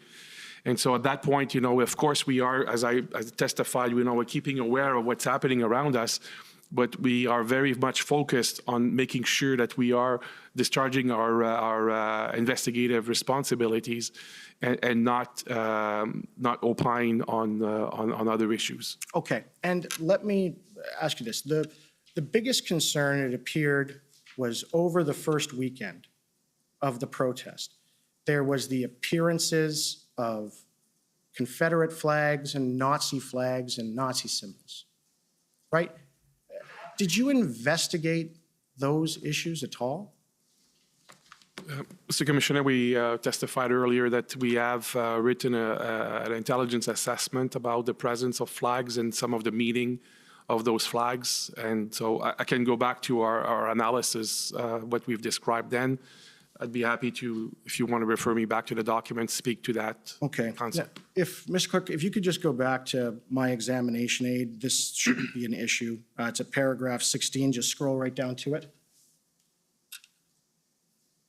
Sorry, Mr. Commissioner, just for your information, this is the document that the DOJ has an outstanding objection over. And if we can go to paragraph 16. Mr. Commissioner, we've already objected to this document being put up. I understand, but I'm going to ask for a ruling on the commissioner to put this page to them. So let's deal with that if we Well, can. So if we can put up Just a page second. 16 again. And what is page 16? Or paragraph 16 is just the two pictures of the first post in time at 10:13 a.m. on January 28th, 2022, of the spotting of a Confederate flag. And there's also a license plate number. If you'd like me to go through and bring up all of the documents, I'm just trying to get this done quicker, sir. Well, you're way over time already. I so understand, but this is so important, sir, that I need more time to get through this area. It is extraordinarily important. Well, so far asking a bunch of questions Right. to people who have no knowledge of the documents or the I understand. information I understand. So is not, I'm trying to explain something. And I know you're frustrated, but that's not good use of your time. And reading into the record, that exchange of texts was done days ago. And again, that's not a good use. So I'm trying to be patient, and I understand you want to get something done. So let's try and work together to figure out how we can navigate this in a appropriate way. Okay. So you want to put up a picture of a license plate that's in relativity? Yes. Okay, and I think your co-counsel has the number for that, the relativity number, so we can, I'm guessing. Yes, Mr. Commissioner, Okay. from my understanding, Mr. Miller would like to first put up a tweet of Ariel Truster that shows the image of the license and then the license. So we'll call up the number HRF, so POE.HRF 6021. Okay, so I think that's okay, Mr. McKinnon. We're just putting up the picture for what it's worth. We'll see what it is. We've gone to page 16 with respect, and it's not just a picture. We're not putting up that's it. page 16. We've moved on, Mr. McKinnon, so If it's just the picture, that's fine. okay, so that's what I think we're doing. So I'm just let's try and get through this. Okay, so, sir, this is my first understanding that this was the first post in time that I can find with respect to when a Confederate flag or a Nazi flag appeared. And it's at 10:13 a.m. on January 28th of 2022. And it's posted by Ariel Troster. Do you know who she is? I do not. You're not aware that she's the new counselor that replaced Counselor McKenney? I do not know who the individual is. All right, and so then if I could just bring up the closer photo with respect to the license plate, please, and that actually is at page 43 of the examination book of authorities. That'll just be easier for you, Mr. Clerk. Well, no, I don't think we go there. So your co-counsel, I think, has the reference. Yes, Mr. Commissioner, the reference is POE.HRF 6029.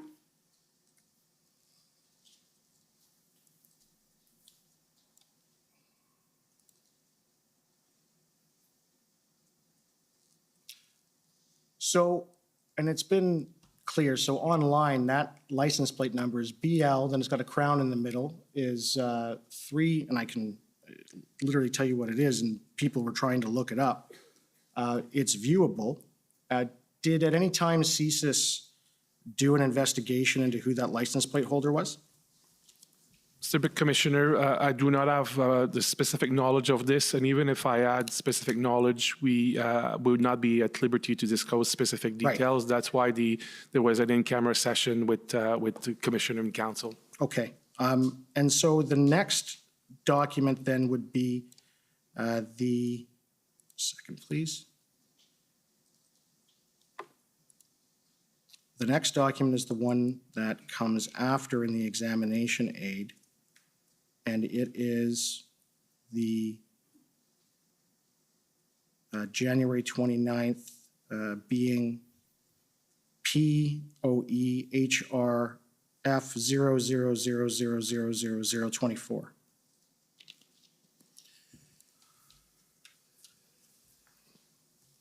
Okay, you're going to have to wrap up, though. If these are just pictures you're putting up, you Right. can put it up with any witness. I understand. So the next time a Nazi flag or a swastika or what have you appears.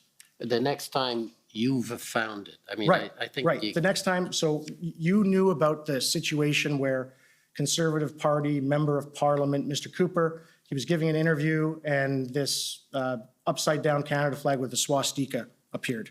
Are you aware of that? I remember something to that effect. I've not researched this recently, but I recall something to that effect, yes. Okay, could I now bring up POEH.HRF 00000026?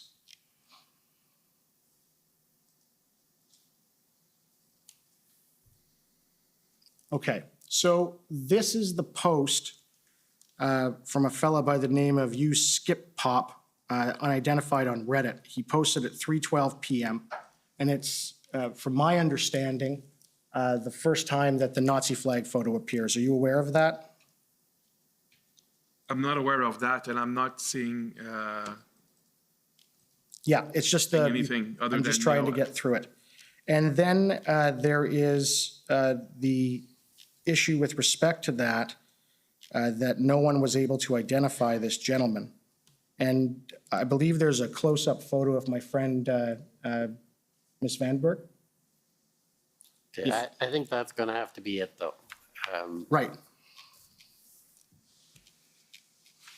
Well, I'm just going to, if we are going to run out of time, is this. Were you aware that the first time that the picture of the gentleman all covered in army fatigues with a mask over his face, walking with a Confederate flag through a crowd, it first appeared in an opinion piece in the Toronto Star from someone who actually works for the Liberal Party of Canada? Were you aware of that? Mr. Commissioner, my friend seems to be giving evidence now. I'm asking if he's Well, aware he of it. asked a question, and I can guess at what the answer is Right. going to be. Right, okay, but there's a presupposition of a fact that's not it. Yeah, because you keep interrupting me while I'm trying to ask questions, and I'm No, running out of time. Just, please. Okay. So I'm not aware of the articles, and I'm not aware of those facts that you mentioned. Right. I'm sorry. Are you aware of a company called Enterprise Canada? Not specifically, no. And have you identified the individual, one that is, it was all over the news, the gentleman that was carrying the Nazi flag? Have you identified him yet? Mr. Commissioner, as I've said before, the specific details of our investigations have been shared, with Commission earlier. I would not be able to go into more specific details. Okay. So I think that's it. Right, yeah, no, and I Thank take you. it, then, sir, that you know that individual was Brian Fox from Enterprise Group.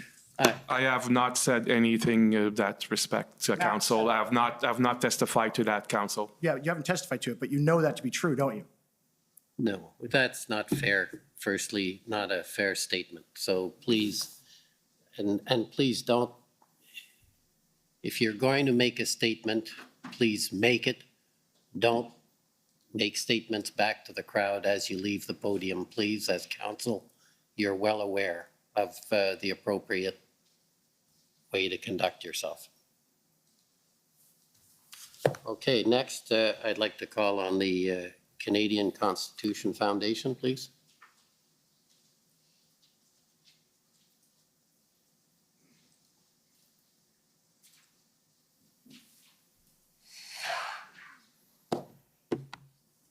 Good afternoon. My name is Sujit Chaudhary. I'm counsel for the Canadian Constitution Foundation. I wanted to ask you a few questions about the legislative history of Section 2C and the emergence of IMVE as a central focus for CSIS's activities, if I may. So is it true that Section 2C was amended in 2001 by the Anti-Terrorism Act to include a religious or ideological objective? I believe so. I believe that's accurate. And is it true that that amendment was ensured that the CSIS Act would align with the criminal code's new definitions of terrorism. I wasn't involved in that, so I don't want to lead you in error, so I'm not certain. Mr. Vigneault, you're shaking your head. Same answer. Okay, all right, fair enough. And so I'd ask you to take my word for it that it was part of the same legislative package to get those two statutes in alignment. And then in 2019, there is a major initiative on the part of CSIS is the development of a definition and framework for ideologically motivated violent extremism. Is that right? I believe that the work started before that, but I think it was maybe put in higher gear. I had in my first public speech that I had made after becoming director in 2018, that speech spoke to the rise of this, and I believe I used the concept of IMV then, but it's around 2018, 2019 indeed that work was solidified and the concepts were developed to try to understand, characterize better this new phenomenon dynamic we were seeing in society. Good. And sir, and just so we're clear, I believe that the first time CSIS reported out on this development and its thinking was in the 2019 annual report.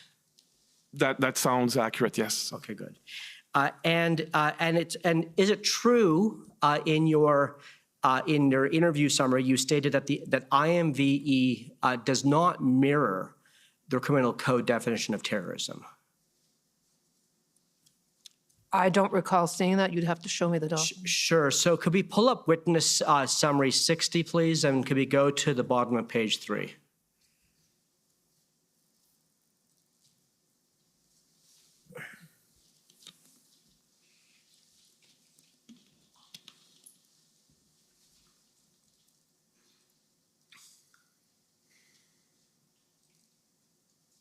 Thank you. If we could expand, yes, that's very helpful. Thank you.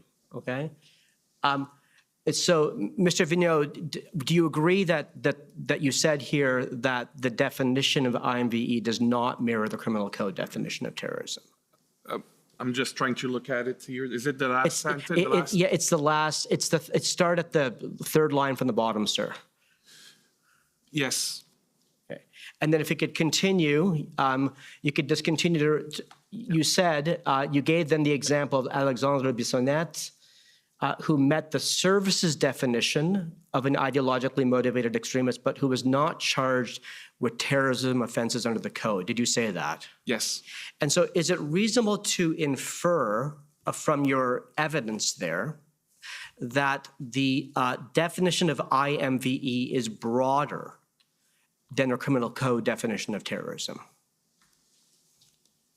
I'm not sure I would say it's broader, but it's for different purposes for sure. And I think I'm very familiar with the attack at the Quebec City Mosque, and this example and other unfortunate examples is what forces us to say this dynamic. We need to better understand what is happening. So that work to better define IMV, the 4 quadrants, and so on, was in relation to that. But it's also very important in this comment when I say that it was different than the criminal code, is that you could meet a definition of threat to security of Canada under the CSIS Act. Sure. You could meet the sociological definition of terrorist activity, which I believe that Alexandre Bissonnette was indeed engaged in terrorist activity, but that may not transfer the Crown charging someone for a terrorist offense. And I think it is a very important notion that indeed has been, very troubling for many in the country, including in this specific case, the Muslim community in Canada. So does it follow, sir, from what you've just said, that IMVE or the notion of IMVE gives CSIS broader tools to assess and respond to extremism than might be available under the criminal code? I think by statute, CSIS has been built to be separate and distinct from law enforcement and from the criminal code, in the sense that our threshold for investigations would be different than the police. Our techniques might be also different. So I think, it is clearly separate, the two. And sorry, ma'am, did you? No, I think that's a very accurate response. And would you say that it's that CSIS over the last number of years has developed a lot of expertise on IMVE? I would say yes, because unfortunately there are more cases in Canada, there are more cases internationally, and we have worked very closely with a number of partners at the federal, provincial, municipal level, and international partners. And as my colleague testified, that conceptual framework has been adopted by a couple of international partners as well. And the analysis is done in the first instance by skilled intelligence professionals? Yes, that would be accurate. And you're a learning organization, so you're always trying to improve how you analyze IMVE? That would be accurate, yes. Okay. And so would it be fair to say, if you can now look back to 2018 or 2019 and think about the world before then and the world after in terms of CSIS's function, do you think that the adoption of IMVE has broadened the scope of the activity CSIS investigates under 2C? I would not say they broaden. I would say that they help our investigators, our analysts to better understand of how the CSIS Act applied, what would be the, because again, we make a very significant distinction in what we call awful but lawful speech and protected, by the charter versus activities that would be, defined under the CSIS Act. And so I think it's not a broadening, it's more of a fine tuning of the understanding, developing analytical tools to make sure that not only do we not go over the law, but that we are indeed investigating the threats to Canada as mandated by Parliament. So, but you would agree that IMVE now occupies 50% or more of CSIS resources? Of our counterterrorism resources, yes. Mr. Commissioner, how much time do I have left? You have about 2 minutes left. Okay, so I'd like to pivot at the end just to the issue of threats to government officials online, if I may, because my friend Mr. Champ raised it for you. And so it seems to me, and I ask you to agree with this, that it seems that the mere utterance of a threat online doesn't necessarily per se cross the Section 2C threshold. Is that right? Yes, that would be accurate. Yeah. Could you tell us when it would? I think as we tried to maybe unskillfully try to exchange previously, the analysis, is based on the best way possible to describe it is what we have on this placemat. These analytical tools have been developed to make sure that, at all levels of the organization, but also more broadly within the community with law enforcement who are themselves in their own jurisdiction trying to understand what is happening and make a distinction between something that would be bravado online, that would be something that should be investigated, under the criminal code by law enforcement, and something that we CSIS would be doing. So it's probably the best way of describing it, which is maybe not helpful for your purpose. Okay. Well, Mr. Commissioner, I think we're out of time. So thank you for your time. Thank you. You actually had a minute left, but I don't. Okay, so I think probably we'll take the lunch break now and come back, because I think we should have a little over a half hour of time left. So let's come back at 2 o'clock, please. The commission is in recess until 2 o'clock. La commission est levée jusqu'à 14 heures.